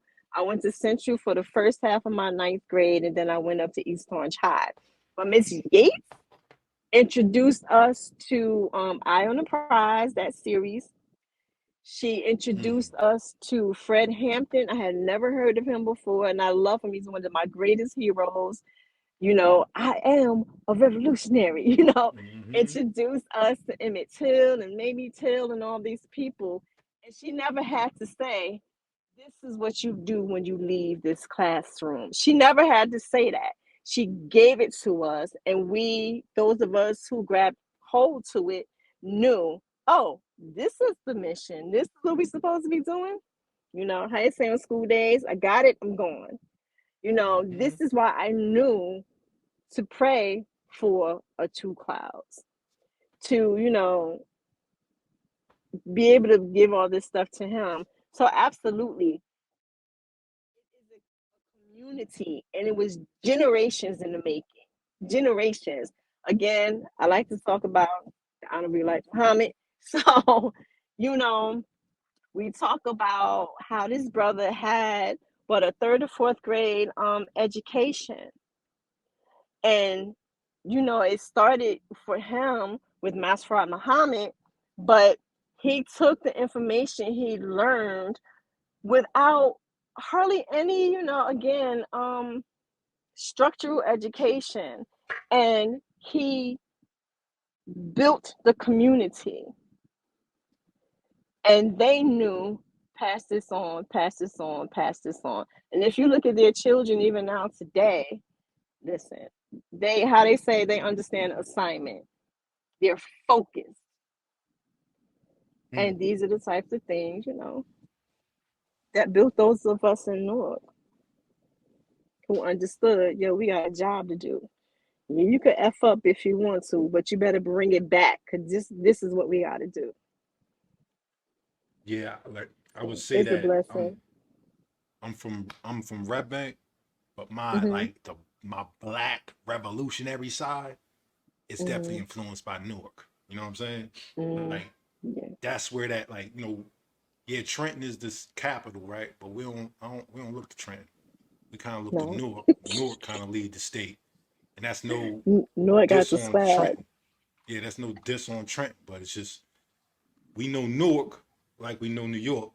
See what I'm saying? Mm-hmm. From Mm-hmm. those that aren't from, like I'm speaking from a Jersey Shore perspective. You know what I'm saying? Because Newark is on the way to New York. You know what I'm saying? Mm-hmm. And you learn all that, you become a part of that on your way to coming to the city. You know what I'm saying? For a lot of other Mm-hmm. reasons, you learn about it. You know what I mean? We're not gonna talk about that though. That's the other side of that's the other side of this culture that we don't need to talk about that no more. Listen, That's I was behind us. checking you out earlier before my phone finally let me on. I was listening to you talk about the hip hop culture, and banging on tables, and all that Yeah. pop locking and stuff. I, after my Mm-hmm. mom passed away, I lived in Hooterville for a minute, Bellsburg, and Mm. all the gods and the goddesses up there Yeah. and everything. And yeah, man, you took that stuff seriously, Yeah. seriously. Hip hop was real. The culture, everything was like we literally It's a came up in it. beautiful time. Man, like hip hop, the culture, the development of it. Like we saw it in its rawest form, just like we saw the crack era. Shit was one and the Mm, same, damn near.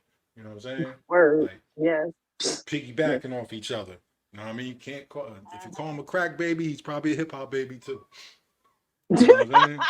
Word is born. Word. Yeah, like can't you know what I mean? But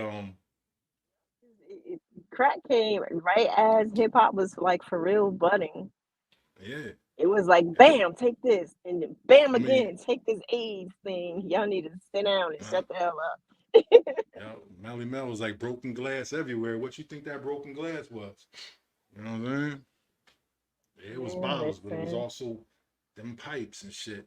But Mhm. let's not get back. Let's go someplace else with it. Right, So right, right. let That's personal family so stuff. let me ask you, since we're talking about music, what types of music type of music was Two Clouds into? Sue is Yeah, into everything because when he comes off like that to me, like he was into everything. he was into everything, because I was into everything. Growing up in my house, there was always music playing. My mother had the radio on all the time. It was either on 1010 Wins, which was all news all the time, and that was their slogan. And so if it wasn't that, it was WNJR. Okay. So then in my aunts and, my uncle's granddad's house, they played a lot of Motown and WABC radio with Cousin Brucey. So all the doo-wop and stuff like that. And then, in my era, there we had the hip hop, like we were saying. Also, being a revolutionary at a young age, I listened to a lot of message music with Earth, Wind and Fire and everybody. Mm-hmm. Definitely the Last Poet, with a Baruka, like all these kind of cats. And, of course, I used to be out in the scene, poetry and movie to be to would be in tow, one Mm-hmm. of my mentors was Reggie Gaines. Um, Again, my man Tree, Nature Man, Ayo, and Zinga, Chavis, like we were all doing our thing. My partner, Kilo Kumanika, she's an artist. We all just rock like that. We just all we Okay. love, the Fela Kuti. Like he came up around all that stuff. Mm-hmm. So, but we also, because we just love music, you know, we'll listen to some country music too. As a writer and as a poet, I love country music because like the lyrics are always like real, you Yeah. know. Um, Yeah. so he just came up with all that, just everything. Okay. And Did he he was have a like any? musician. So now I know he played the flute and things like that, but how many instruments did he play? I think, let me think. So I don't know if you know Nature Man. He was a poet back in the day. He gave him his first his djembe. So he used to mess with that a little bit. Reggie gave him a keyboard. So he broke it like immediately. But he liked the keys a little bit. But where he flourished was with the flute. And so the Yeah. first flute that he made was ocarina. He made it himself out of clay and like baked it in the oven and everything, and learned Mm. how to play that. And then we used to laugh because when he went up on the land, he wanted to learn the flute, and so he went to the elder and was like, you know, can you teach me? And we used to laugh because we were like, if that ain't, excuse my language, y'all, I'm sorry. We were like, if that ain't some Indian shit to say right there, because he told him like, go in the woods and you know listen to the spirit and like so like he wasn't going to teach him. He was like, Yeah. so we Yeah. cracked up because not only did he tell. Hold on a sec, I lost you. Put my Nah. Oh, your AirPod mic in. sound better now. Oh, does it? Okay, well let me keep it off. I Oh yeah, have yeah, my it sound much AirPods better. in. Oh no, no, it's much better. Okay, cool. Okay, cool. So yeah, so we were cracking up because he told him something like that's like some Disney type, you know. But it was even funnier because he really did just go in the woods and learn himself. Wow. So he gave him good And he was advice. phenomenal. Mm-hmm. Yep. And then when he learned it, like, you know, the elder was like, he told himself, like, he was really good. He was a great flute player. So, you know, he learned it. But then after he learned it, then the elder was like, all right, I give you some pointers. You know what I mean? Yeah, yeah. Now Yeah, let me yeah, get yeah. in on it. Yeah. Right. Like, I ain't That doing the was heavy lifting, hilarious. but We were like cracking up. Yeah. So that was his thing. But he made his first flute, like I said. And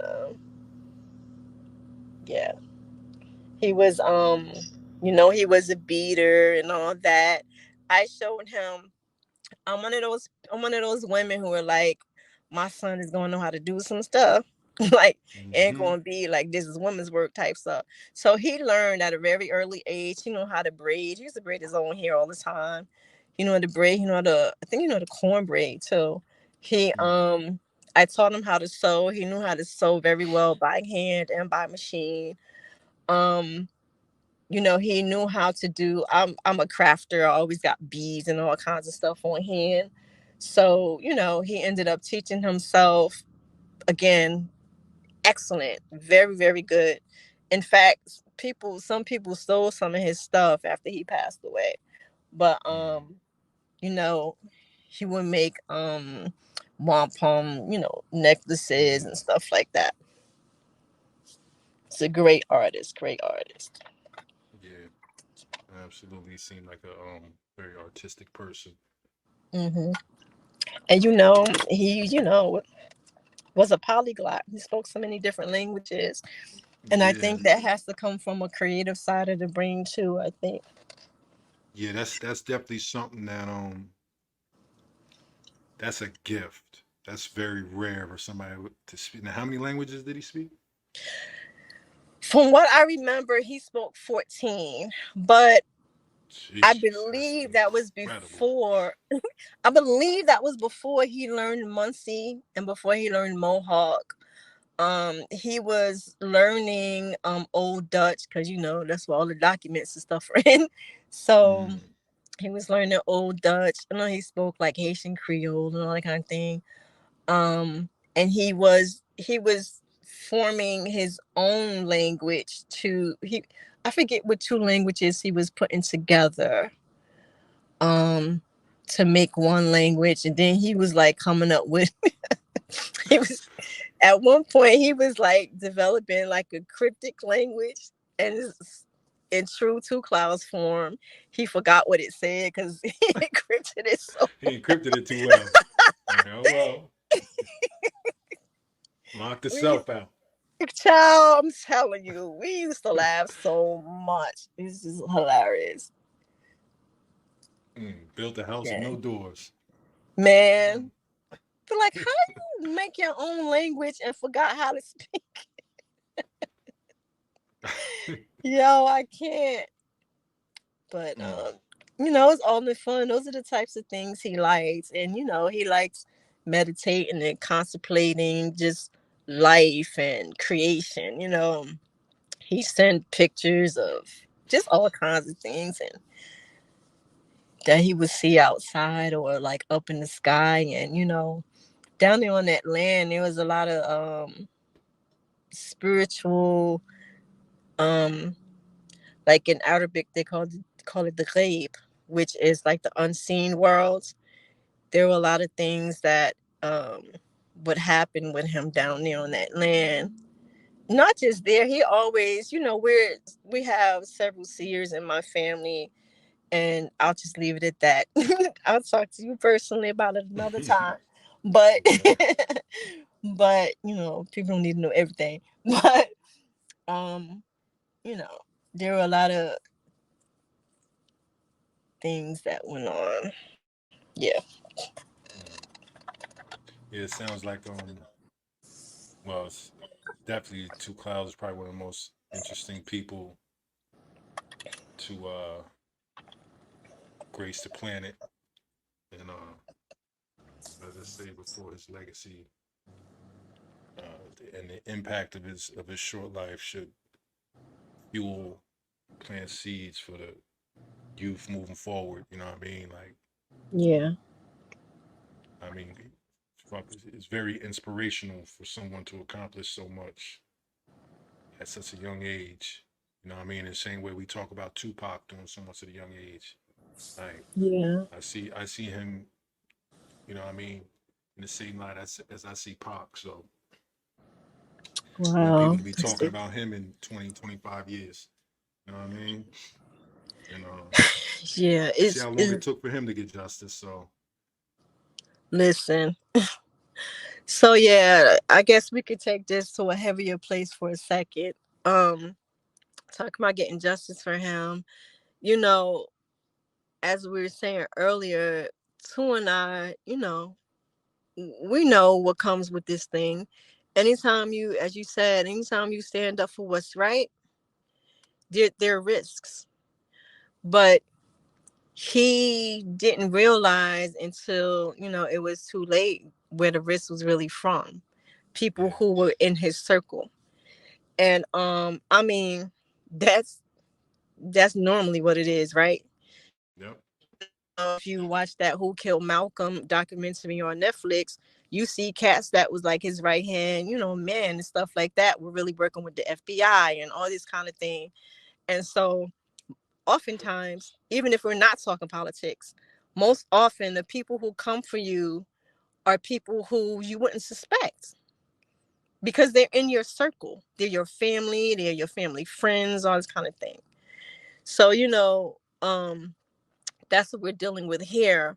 But the problem is, as I stated earlier, um, there's been no investigation. So Mawa Police Department did not assign us a detective at all. There was no investigation done.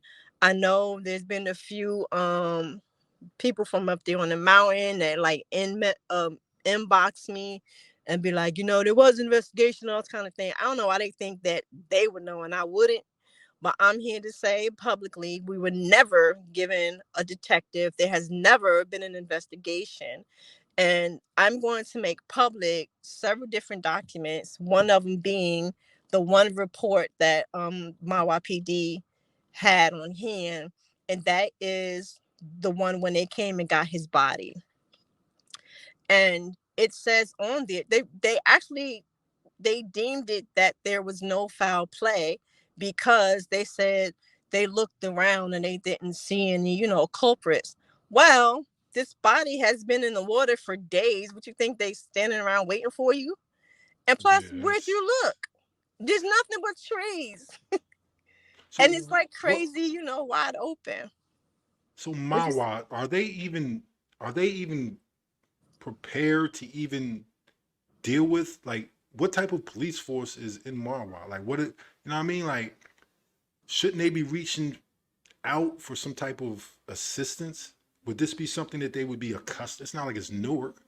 You know what I mean? no, Like, they would be because so here's the thing. My YPD was very aware of who Two Clouds was because okay, not only did he speak out publicly against them, the racism that they have been showing the Ramapo people for generations. He made videos about it. You know, he gave lectures and would tell the people about it and all that kind of thing.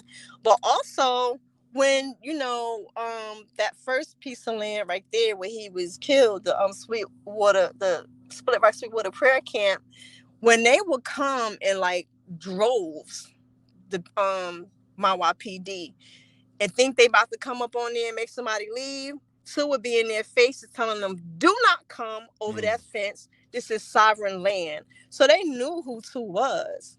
yeah, There's an affidavit that's been on file since like 2017, 2018, where they know that he was, getting threats and stuff like that. Like they're well aware of who he was.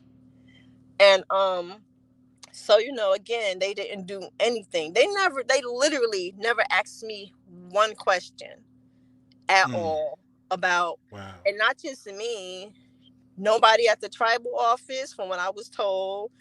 In fact, our boy, now I'll mention him later, I don't want to mention him on here, but our friend went with me to my YPD because the officer who was in charge, supposedly, about, I think it was like 3 months or so later, after me calling and calling, he hit me up and say like, oh yeah, the case has been closed. So I'm thinking, what case? So I drove 3 hours. Our friend went with me there because I wanted to have I needed to have somebody with me. And the secretary looked like 3 times in the computer and she said, no, there's no report here. There's not even any notes. They didn't even have accidents that he had been in the computer.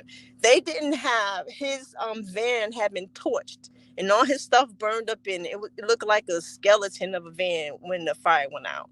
They didn't even have that in the system. Nothing.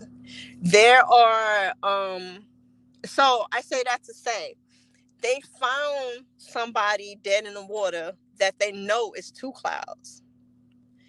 They didn't ask any questions. They didn't do an investigation. They determined on the scene without any assessment being done that there was no foul play. Even though this man, who everybody knows is quite familiar with that water in particular, but he has on no shoes. There's mud in the bottom of the boat, which I don't know why some people kept bringing that up like that was significant to him being, dead in the water. That boat often had mud in the bottom of it. So where's his shoes? He gonna get in a muddy boat? Even if it's not a muddy boat, who gets in a boat with just socks on? Like different things that happen. So them knowing that this Two Clouds is an activist, he's been out here, he's been complaining that people been shooting at him, all this kind of stuff. They didn't look at the cameras. There's 4 cameras there. They didn't look at the cameras. They didn't ask even his mother any questions. It's nothing. But what's more, the tribal chief did not demand any investigation. Now, Turtle, I've been running my mouth for damn near 2 years. If anything, just to shut me up, ask them to look at the cameras. Ask them to do an investigation just to prove I'm wrong. Not only have they not asked for an investigation, none of them, not the tribal chief, not the clan chiefs, not the council, not any of the people have come together. Nobody has done anything. But they also, if you notice, have not even tried to speak out against me publicly. They've never denounced anything that I said, any allegations, nothing. They're just super, super quiet. Like, why? We're talking about Two Clouds, who has, ever since he came up there, literally like 2 months in, it was on and popping. Him. The reason why they have Split Rock Sweetwater prayer camp is because of two. Nobody else, they may have decided to start it, together, but he was the one who actually ran it. Wasn't nobody else trying to be down there in the dead of no damn winter, like every day. Some people might have come for a few days at a time and like chill, and it's very kumbaya-ish down there. It was cool. They eating together and fire going and poetry, and it's real cute. But when the real shit is time for that to happen, where everybody at? It's because of two. The only reason they have any lands at all and millions of dollars of assets is because of two. He served the people as a water protector, fire keeper, successful land back advocate. He was on the council. He was the spokesperson. He went all over the place speaking for Ramapo people. He, as I keep saying, put them on the map. That is not an opinion. That is not a grief-stricken mother like they always want to accuse me of being. It is a fact, a verifiable fact. But nobody is standing up for Two Clouds. He was their war chief. You know that. He was their war chief. He went up to Mashpee to handle some business up there to protect the Ramapo people. He comes back. Less than 24 hours, he's dead. And nobody has a problem with this? Nobody is speaking up for him? He went to his death fighting for the Ramapo people, and nobody is saying anything for him. If it wasn't for me running my mouth constantly, voila, Murid, Two Clouds, Williams would be erased right now. Nobody seems to care. Except a few people like you, of course. But talking so far as the tribe and people, anytime they want to have a powwow or something, anytime, anything, they can round up the people. They can round up the people. The chief, all of them, the Turtle Clan chief, Two Clouds' Turtle Clan, they can all round up people in a snap and demand an investigation for two.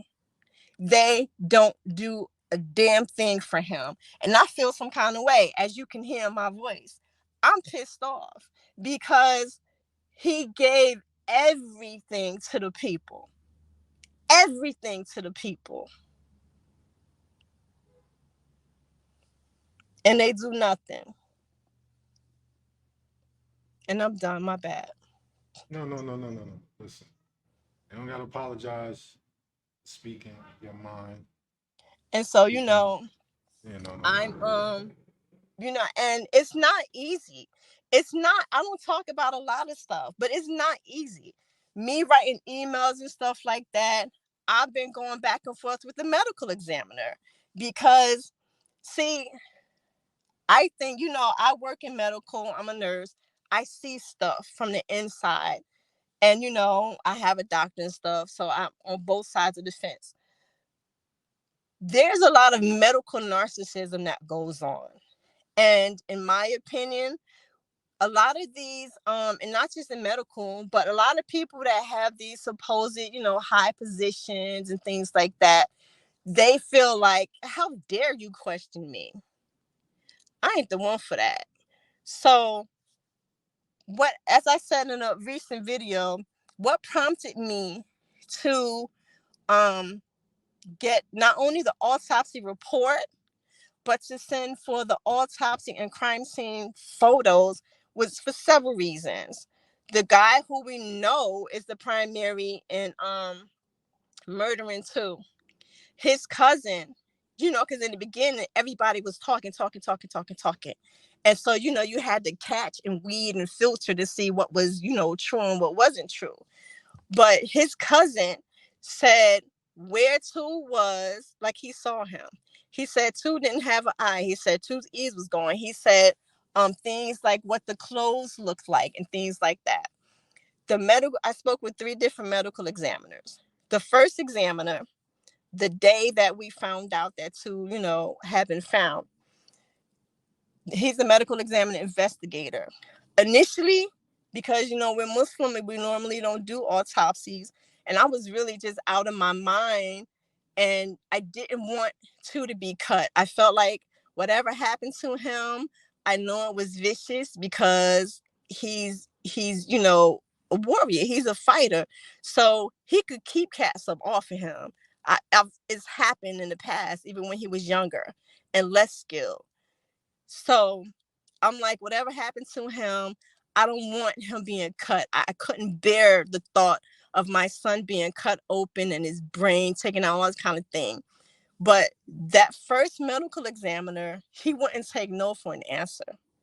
Now, in medical, well, I guess, in medical, it is instilled in us, particularly when it comes to religion and spirituality, you have to respect that person's wish. It don't matter if they're going to die rather than get treatment for cancer because they want to pray. You got to step back and let that be. Mm-hmm. But he wouldn't do that. Thank Creator. He wouldn't do that. He just kept kind of pushing. And he's like, listen, I need you to understand that if you say, want to get an investigation in the future or something, this is your one chance to do it. And he pushed so much that, just to kind of be nice and, decorum, I said, well, let me speak to my spiritual advisor. And, he said, you do that. Call me first thing in the morning. Because remember, Two had already been dead for 4 days and we don't embalm anything. So I'm sure his body was very, odorous, whatever. And so, meanwhile, a few people who I respect around me was like, listen, basically, you're going to have to take this L. We think if there's a possibility that this is a homicide, we need to know, like, it's going to be okay. Just let it ride. So I had people talking to me because I couldn't think for myself. And so that is another thing that after I came down and I'm like, why did he keep pushing? Like, did he see something? So that's him. The second medical examiner who did the autopsy, he called me. They kept telling me it's going to be at least 5 months. He called me within a month and a half and said, listen, I didn't want you waiting. He told me, just like the state trooper who was on scene, told me there was no evidence of an accident, even though the boat was in the water. There was no evidence of accident. There was no evidence of suicide. And there was no evidence of a medical emergency. And I asked him specifically, I said, because people kept trying to, like, they were gaslighting me galore up there. Like, no, he just didn't want to tell you he had a heart problem and all this. And I'm like, my son ain't had no heart problem. So I asked him specifically, I said, are you sure? Because people keep saying, no, I said, was there anything wrong with his heart? Because people keep saying, and he cut me off and he said, don't listen to people. People don't know. I'm telling you, nothing was wrong with your son's heart. Yet, on the autopsy report, there were things left out and there were things put in that are not conducive with the labs, with the assessment. Now I'm gonna get more into that one because I'm publishing all this. So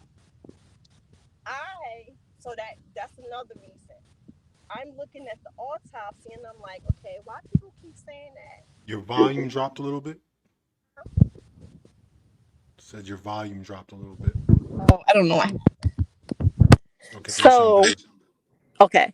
So that's another thing. I'm looking at the report and I'm listening to what people are saying. I say, you know what?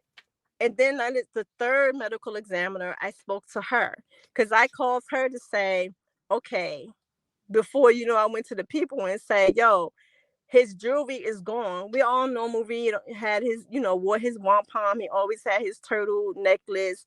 He always had his copper ring, his silver ring that had, I don't know if that was a buffalo in it or whatever, inset in it. He had another ring that looked like a chief or something like that, is a head, like an Indian head or something. And they were all spiritually special to him. So I called them and I said, hey, did by chance, do y'all still have his jewelry or something like that? And, she asked me what, and I told her the earrings and stuff, and she kind of hesitated. And she's like, like she's trying to figure out a way to say this to me. And she's like, ma'am, yeah, there wouldn't be any earrings or anything. So I'm like, what does that mean?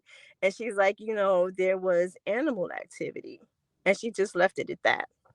So what people saying around town, what the medical examiners and them saying to me, and things is not adding up, I say, excuse my language, fuck this.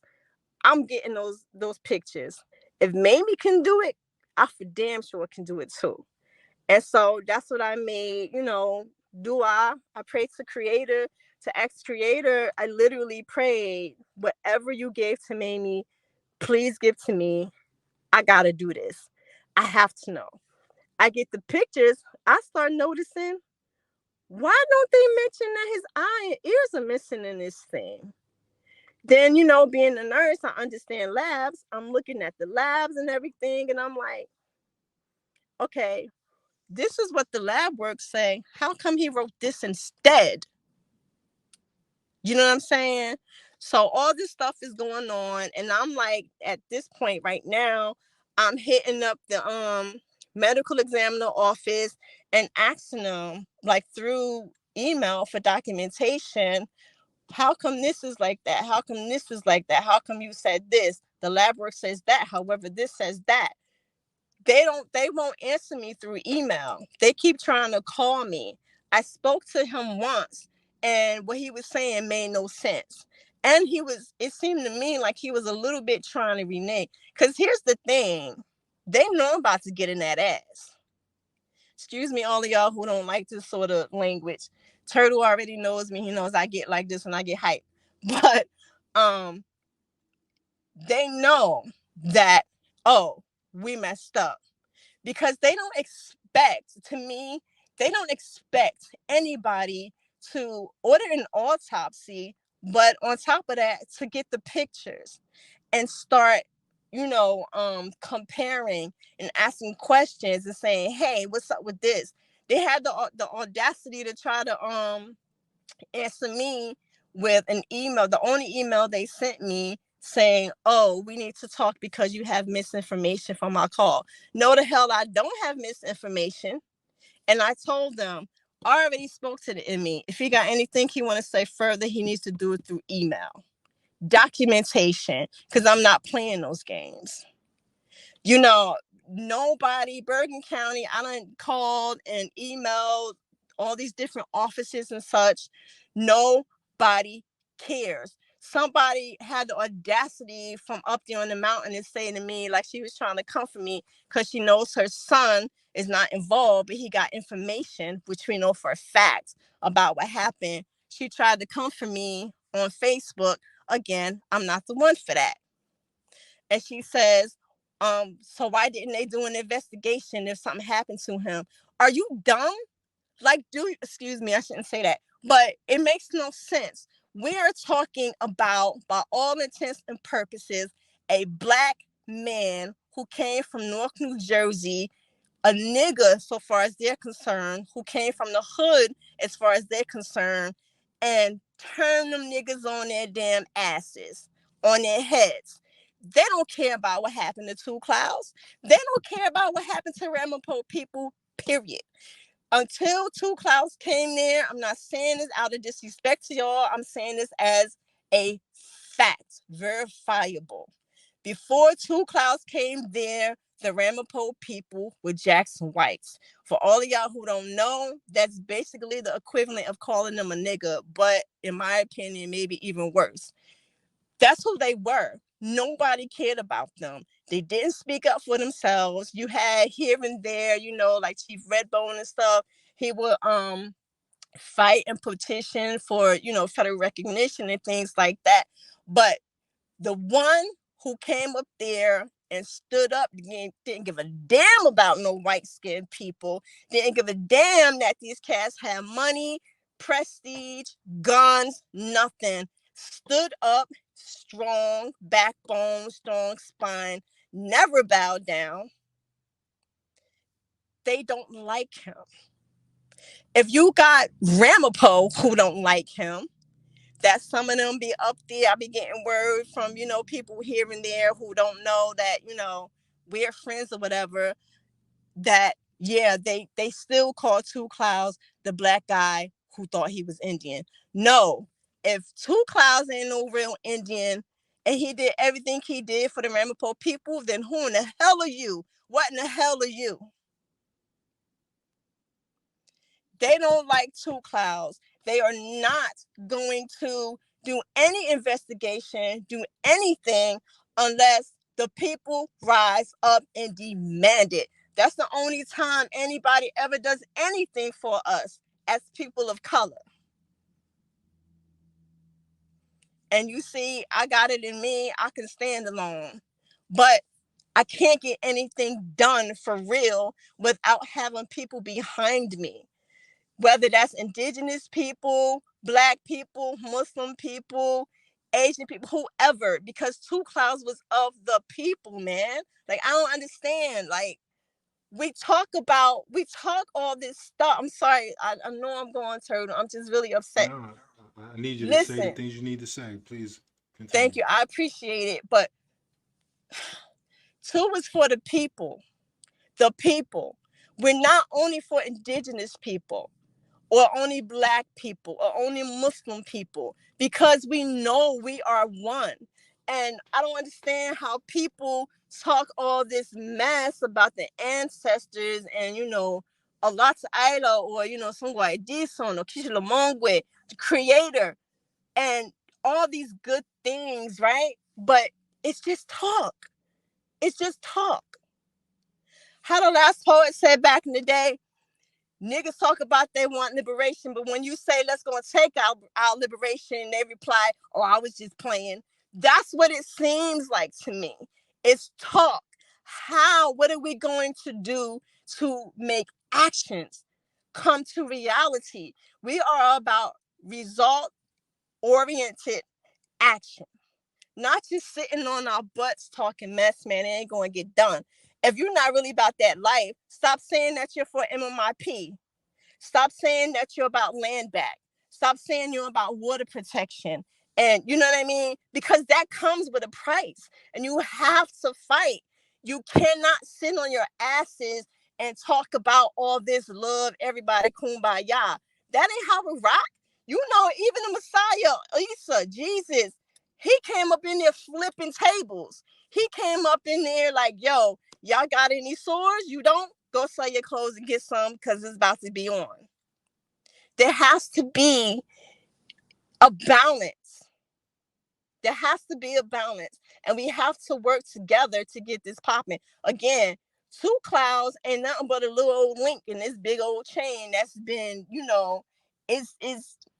it started way back there somewhere. And it's going to go way forward. But we have to do our parts.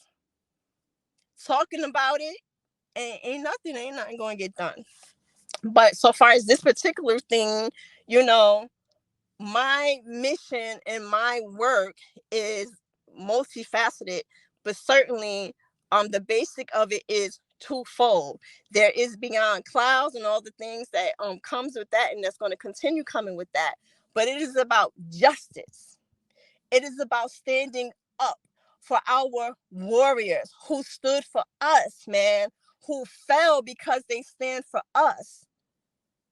That's what it's about. what in the hell? How are we going to ask people to keep being warriors and water protectors and all this kind of thing? And if something happens to it, and we can be like, oh, well, too bad, that's fucked up. No, man, we need to get together and do something. I'm in total And Finn, agreement. sorry. Now, I'm in total agreement, and what I've seen over the past few years is exactly what you're saying. People who say they stand for something, you know, when we first met, I like to say that of all the people who supported us and what me and my family is going through, you were there. You came to the land, to our land, and saw what was going on with our property, with our land, right? And I thought I was going to find myself in a similar situation, having to sit on that land 24 hours to keep them from, continuing to do the things that they were doing on our land. So I immediately I'm immediately thinking of Two Clouds. You know what I'm saying? And you were there for us. So last year, like, if there were two things that I wanted to talk about and bring attention to, it was Two Clouds, Beyond Clouds, and I wanted to talk with people about what was going on with my family's land. Now, at the forefront of both of these things are Black women, right? Are women standing up against what is, what has been done to us historically, right? Land being stolen from us, our children being murdered, right? Here are two women standing against everything that people say they are about. And I couldn't get anybody to bend the ear or even have any empathy or sympathy for what both of you are going through. But they will spend hours on hours slandering me. And honestly, like, I could care about the slander. What it did was show me where people's hearts truly are. I tried to go to the Pan-African community and introduce some of these things to them. And all they cared about was going against the fake Indian community. And I'm going, there's real things going on that all of y'all could be using your voice to support. And this is where our people are at. And that was the most disappointing thing that I learned in the past year or so, is that our people don't really care. The people we fight for don't really care. No. And I don't know how to get their attention to make them care. Like, I'm realizing, like, whatever we're creating, the people who are going to support it probably aren't even here yet. But we got to continue to create it and lay the foundation irregardless. You know what I'm saying? Because probably the people we look into, the people that you like to support you, they wouldn't be doing it for the right reasons. They'd be doing it for their own selfish reasons. You know what I mean? Like, it's just the world we live in. And, that's a grim reality that I'm not talking about just street people or Black people. I'm talking about everybody in all these communities that I'm attached to. I'm attached to multiple communities organically. Right. And I don't see the care from any of them, even when these communities overlap. So it's very sad. Yeah, it is. And all it is support and conversation and being there for people. Something that I demonstrate all the time. Everything that I do, it's a demonstration of how to support others. You know what I'm saying? Right. And I don't understand how people who claim this is what they're about don't have that in their heart. You know what I mean? Irregardless. Like, I would have thought there'd have been so many people that would have rallied behind you, would have rallied behind my cousin Carrie, and these people don't care, but they sit and talk. I'm talking about even other women. You know what I mean? And it's They people can I'm be the going worst to. ones sometimes, man. It's some people I'm going to approach. You know what I mean? Next level that I want to have a more intimate conversation about this with, right? Mm-hmm. But I don't know if I can approach them as the organization or do I approach them as the individual. See what I'm Right. saying? To Mm-hmm. to test the waters and see, you know what I mean? Because it's just so much going on. But I would like to appeal to the greater community, native community, people who are really about fighting for their land and, you know what I mean, really standing up for, you know, MMIP.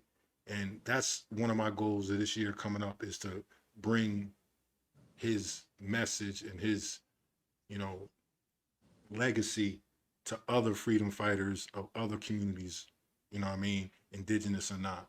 Because what he stands for and what he did is what we all gonna have to stand for at one point. You know what I mean? If we truly want some type of freedom over our lives. Definitely. So Definitely. We're not just gonna wake up one day and be like, oh, everything's so bright and sunny and we're all, we have our freedom. Everyone has always had to fight for it.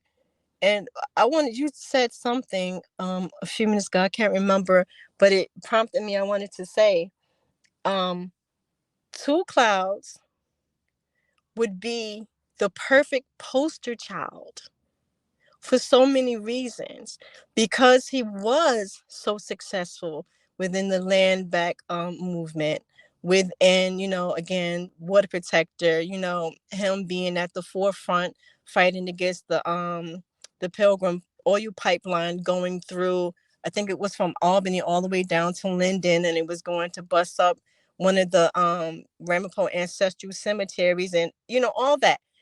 He was successful at all these things. He was successful in bridging um, gaps, so to say, between the indigenous community and the academic community, environmental, politicism communities, all these things. He would be perfect. And on top of that, he is a Black Indian. You could, what you were saying about overlapping communities, he would be like the perfect poster child for mm-hmm. so many groups, but certainly these people who want to say, even, this is not fair, that we are not seen as human beings. And look what happened to Two Clouds. This brother was doing it. He would be the perfect poster child. And I want everybody to don't sleep on the fact. Two knew a lot of people with so-called status. I'm using air quotes that you can't see. Chiefs, sheiks, imams, mayors, like people upper echelon, so to say. There's some heavyweights, big wigs who knew Two Clouds, who, when they wanted indigenous votes and stuff, they come to Two Clouds. If they wanted this to happen, they come to Two Clouds. You know what I mean? Nobody is saying anything. And this is not only wrong, it's crazy suspect. Yeah. You know what I mean? And I just don't get it. I've talked to many MMIW and MMIP groups. Like, don't get it twisted, y'all. I be all over the place. I don't just run my mouth on camera. I'm, I'm a grassroots type chick. Boost the ground. I've talked to so many people. No one is doing anything. And it's just, but to your point, at the beginning of all this, my sister-in-law, she's also a seer, and she called me, or she texted me, and she said, I had a dream, and I just need you to understand, you're going to have to walk this alone. And, I have some people who are with me, like you, of course. There's a handful of people. My girl, Rose, I got to pick her up. Rose is, look, ride or die. So there are a few people that are with me, and in different aspects. Some people, again, boost the ground. Other people, they may be vigilant and sharing stuff, like our sister Raven, stuff like that. But ultimately, I will have to walk alone. And that's something I keep with me, because I think Creator sent that message to me through my sister-in-law. But it's always like that, though, isn't it? it's hard for you and me and other people to see ourselves, I guess, in like the bigger scheme of things. Like, yo, this is like almost, and not, I'm saying this humbly, not in no crazy kind of way, but sort of like we are of those chosen people, and we know scripture from ancestral knowledge and stuff. Okay, we lost your. You're a little low now. Oh, I don't know what's going on. I'm in the Okay, same that's spot. better. Okay. Yeah. Yeah, so like people like you and me and stuff, I was saying that it may be like weird and kind of like, in a humbling type way. I'm not saying it in some sort of like, look at us, we're this people, because that comes with a lot of difficulty and risks and stuff. But it's hard sometimes to think to ourselves like, okay, creator has chosen us for this, like we are literally of the chosen, and those people have always been few and in between, and it's a very lonely life. Like, can you imagine what, again, I'm gonna bring up Malcolm because I love him so much. Can you imagine what Malcolm went through? And Fred, and please, Mamie too. Can you imagine how many people came to these folks, all races, all ethnicities, who are out there really putting it down? Can you imagine how many people were coming to them, manipulating, gaslighting, telling them, like, who you think you are? I couldn't do it. I've literally had people literally say to me, well, my son was killed and I just prayed. Like, like, why are you doing so much? Or my father was found killed up here on the mountain too, and we didn't do anything. Sometimes you just have to give it to creator. Like, where they do that at? Like, what? I don't even understand that concept. As somebody who follows Islamic spirituality and who follows the Quran, I know that creator is like, okay, you can do that if you want to, but you can also seek retribution. You can also get up and fight, and neither one is above the other. But I think we have this very collectively, humankind, have this very op- oppressed slave type mentality where it's like, oh, don't fight, just go over there, be quiet, and gotta take care of it. But that's not who I am. What's fair is fair, and I feel like, and all I want is just what's just. I don't want no extra. I don't want them to have happened to them what they did to my son. I want justice, fair justice. And I mean, I'm gonna just keep it there, but yeah.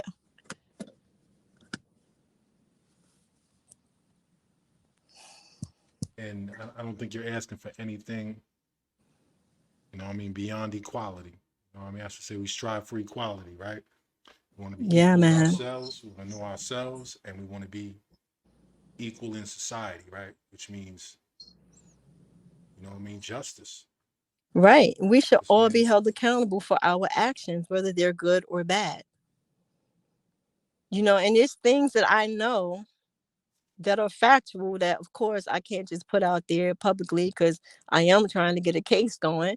But there are things that I know, and I'm just, I just feel so bad for my son that he was literally plotted against, man, betrayed by the people who literally he used to travel with, he used to sleep, next to, like in their, sleeping bags and whatever, who he broke bread with, who he taught. mm, And they literally, I just, my friend Khalil was saying to me recently, like, law enforcement and nobody is like doing any footwork and doing, any investigation or anything. You're doing all this yourself. Like, you haven't had time to grieve. And I mean, I haven't. I go and I sit with my son at his grave, and, you know, I just, I cry. I bawl, I get it out, and then I get in my car and I go and do whatever needs to be done next. Because what is there to do? he's gone forever. He would be in that grave. He was on earth for 30 years. He would be in that same spot. Granted, no developers come and rip them all up.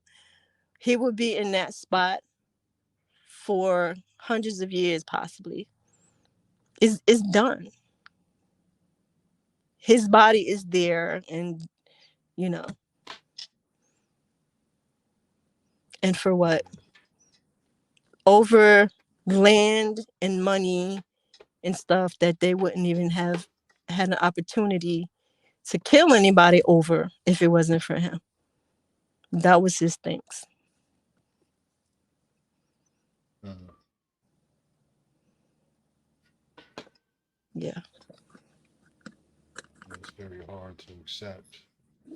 You shouldn't have to accept it. You shouldn't accept anything but Yeah, I mean, like you justice. say, it's a bigger picture, but it's a bigger picture that we understand is there, but it don't stop the pain. That, Absolutely. you know. Yeah. This is the point in time where I'm at a loss for words. Just the part that I don't understand. I can't fathom, but I know it's a reality, and I just hope whoever's out there that is actually listening, not just responding or whatever. It's just really what we're talking about is just supporting people who are in need of support, but for bigger reasons, not for personal reasons. Like what happened could happen to any one of us.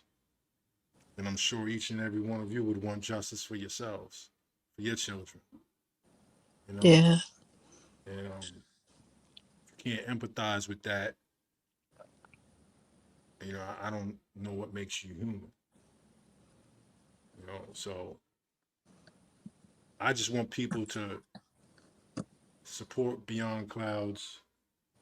It would be great. It's great for, to like and share. That's cool. But the conversation needs to be had. More people need to be aware so the public can actually stand up for things that really count, really matter. And I think this is something that matters. He wasn't just a regular person out here living his life. He was out here living for people, for the freedom of other people. And that should be recognized by all nations, all tribes, all communities. Because that's what you're gonna need coming from your community to raise you up out of the situations you're in. So, you know, thank you for having such an extraordinary person. He was a gift to the world, Thank and you. just honored to have known him for a brief time, and honored to be able to work with you to continue on with his legacy. Definitely. I thank you so much. I thank you all the time. But I think that we should do that, how they say, give people their roses. I believe a step further, give people their roses publicly. So, I think you and our friendship would just get stronger over the years. And, we have a lot of the same mission and education and such. And, I just really, really, I can't even articulate to you how grateful I am that, Creator put us together to work together, And I want to say before we end, I know it was heavy for a while there. Um, but I also want to say again, we're moving into the third year of Beyond Clouds now. And so there are a lot of things happening. We are creating a magazine, Niche Clouds, um, and it will all is educational, of course. That's again, our mission has always been rooted in education and health. So it will deal with things that he was about, things that he taught, um, things that we know that he would have been cool with. So all those sorts of things to be in there. Again, we're building the children's club right now. We are building, well, this is something that has been near and dear to me for the past 20 something years. Sisters in Yarns. Anybody who crochets or knits or anything like that, please do hit me up. You can get me on Facebook, Beyond Clouds on Facebook, or um, info at beyond-clouds.org if you do any of those things, because um, we're going to be doing things for preemie babies and stuff like that. But also right now, we are going to be making prayer shawls for relatives of MMIP. So missing and murdered Indigenous peoples, relatives. So moms and stuff like that. One of Two's friends gave me a blanket at his janaza, at his funeral. And I tell you, first I wouldn't use it because it was just a lot. And then I didn't use it because it was sort of sacred to me. And then once I started using it, I don't know what it is about this blanket, but it is so entirely comforting to me. And so I said, we need to be able to give that to other people who are dealing with their grief for these sorts of things. And FYI, we don't only Beyond Clouds is for red, black, and brown people, but in this case, we're starting there with Indigenous people. Um, I am putting together a book of all his speeches and teachings and things of that nature. Is a lot, of course. Just a lot of things, positive things that are going on. We're going to be rebooting the Beyond Clouds book club. And at some point we're going to put the journaling club back together, and just a lot of things that we're trying to do for the people. There's a lot of healing that needs to be happening before we can really successfully do anything.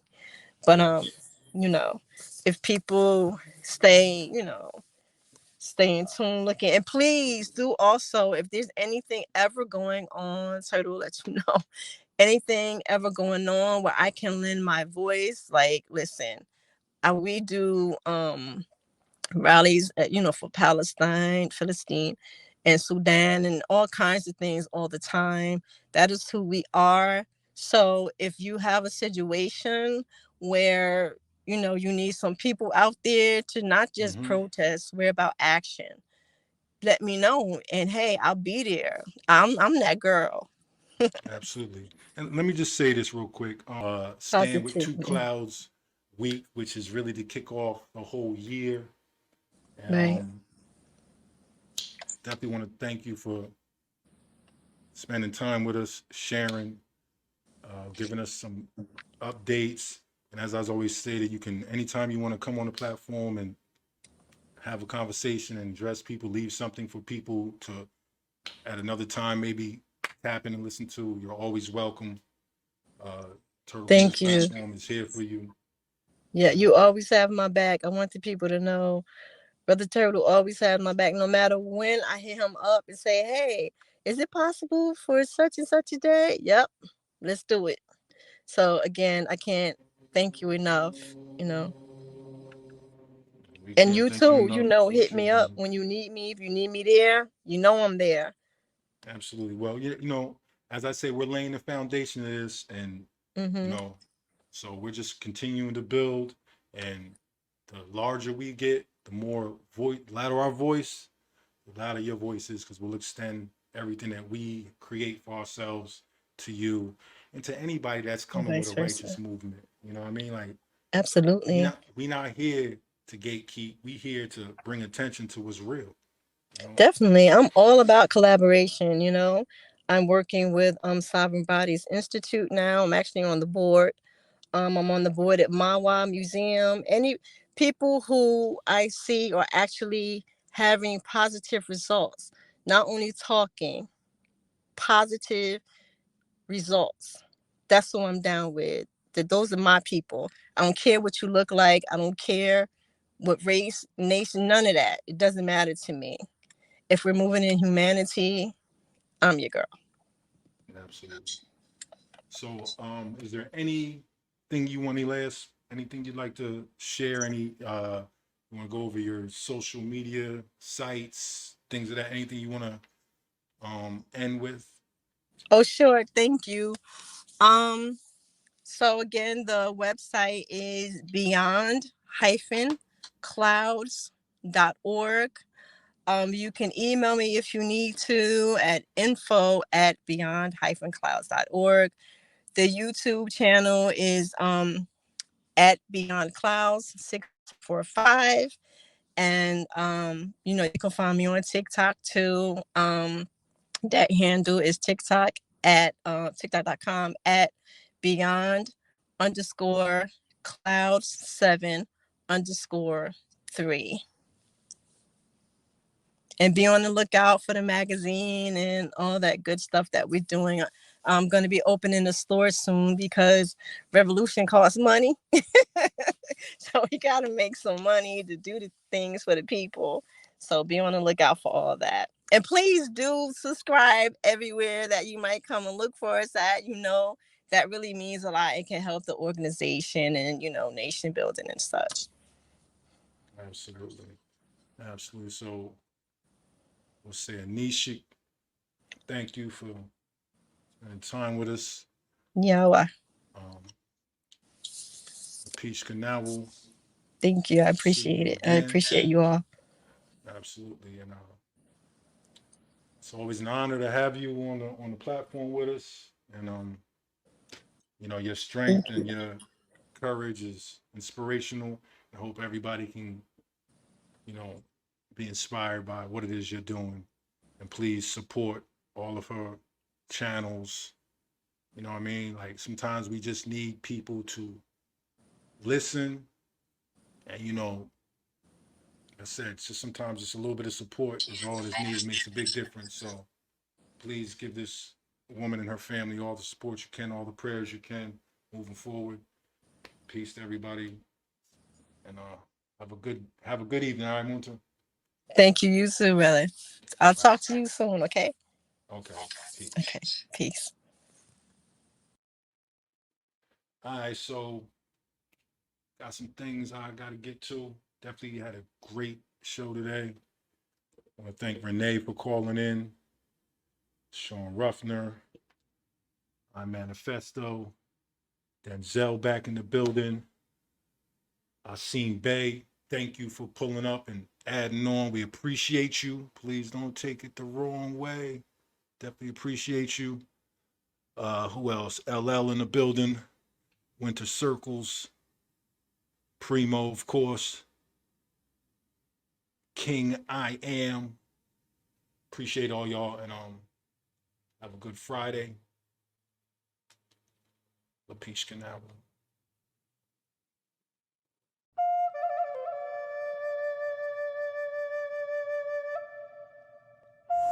This tree right here, right?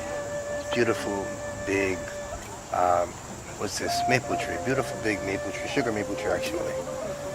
You know, the sugar maple tree produces the good syrup, that we all know and love. Before you get to the maple syrup, you have to tap it and you get the water out of it. My ancestors didn't just say, we can probably drink what may be inside of this tree. Instead, we watched. So we watched a bird that we call Memacoquest. It's the biggest woodpecker in the Northeast here. Beautiful bird. It's actually where they get, this is just a fun fact, Woody the Woodpecker from. Woody laughs, and when you hear them, it sounds like they're laughing. Old story says that. That's it. I look at that. Here's me.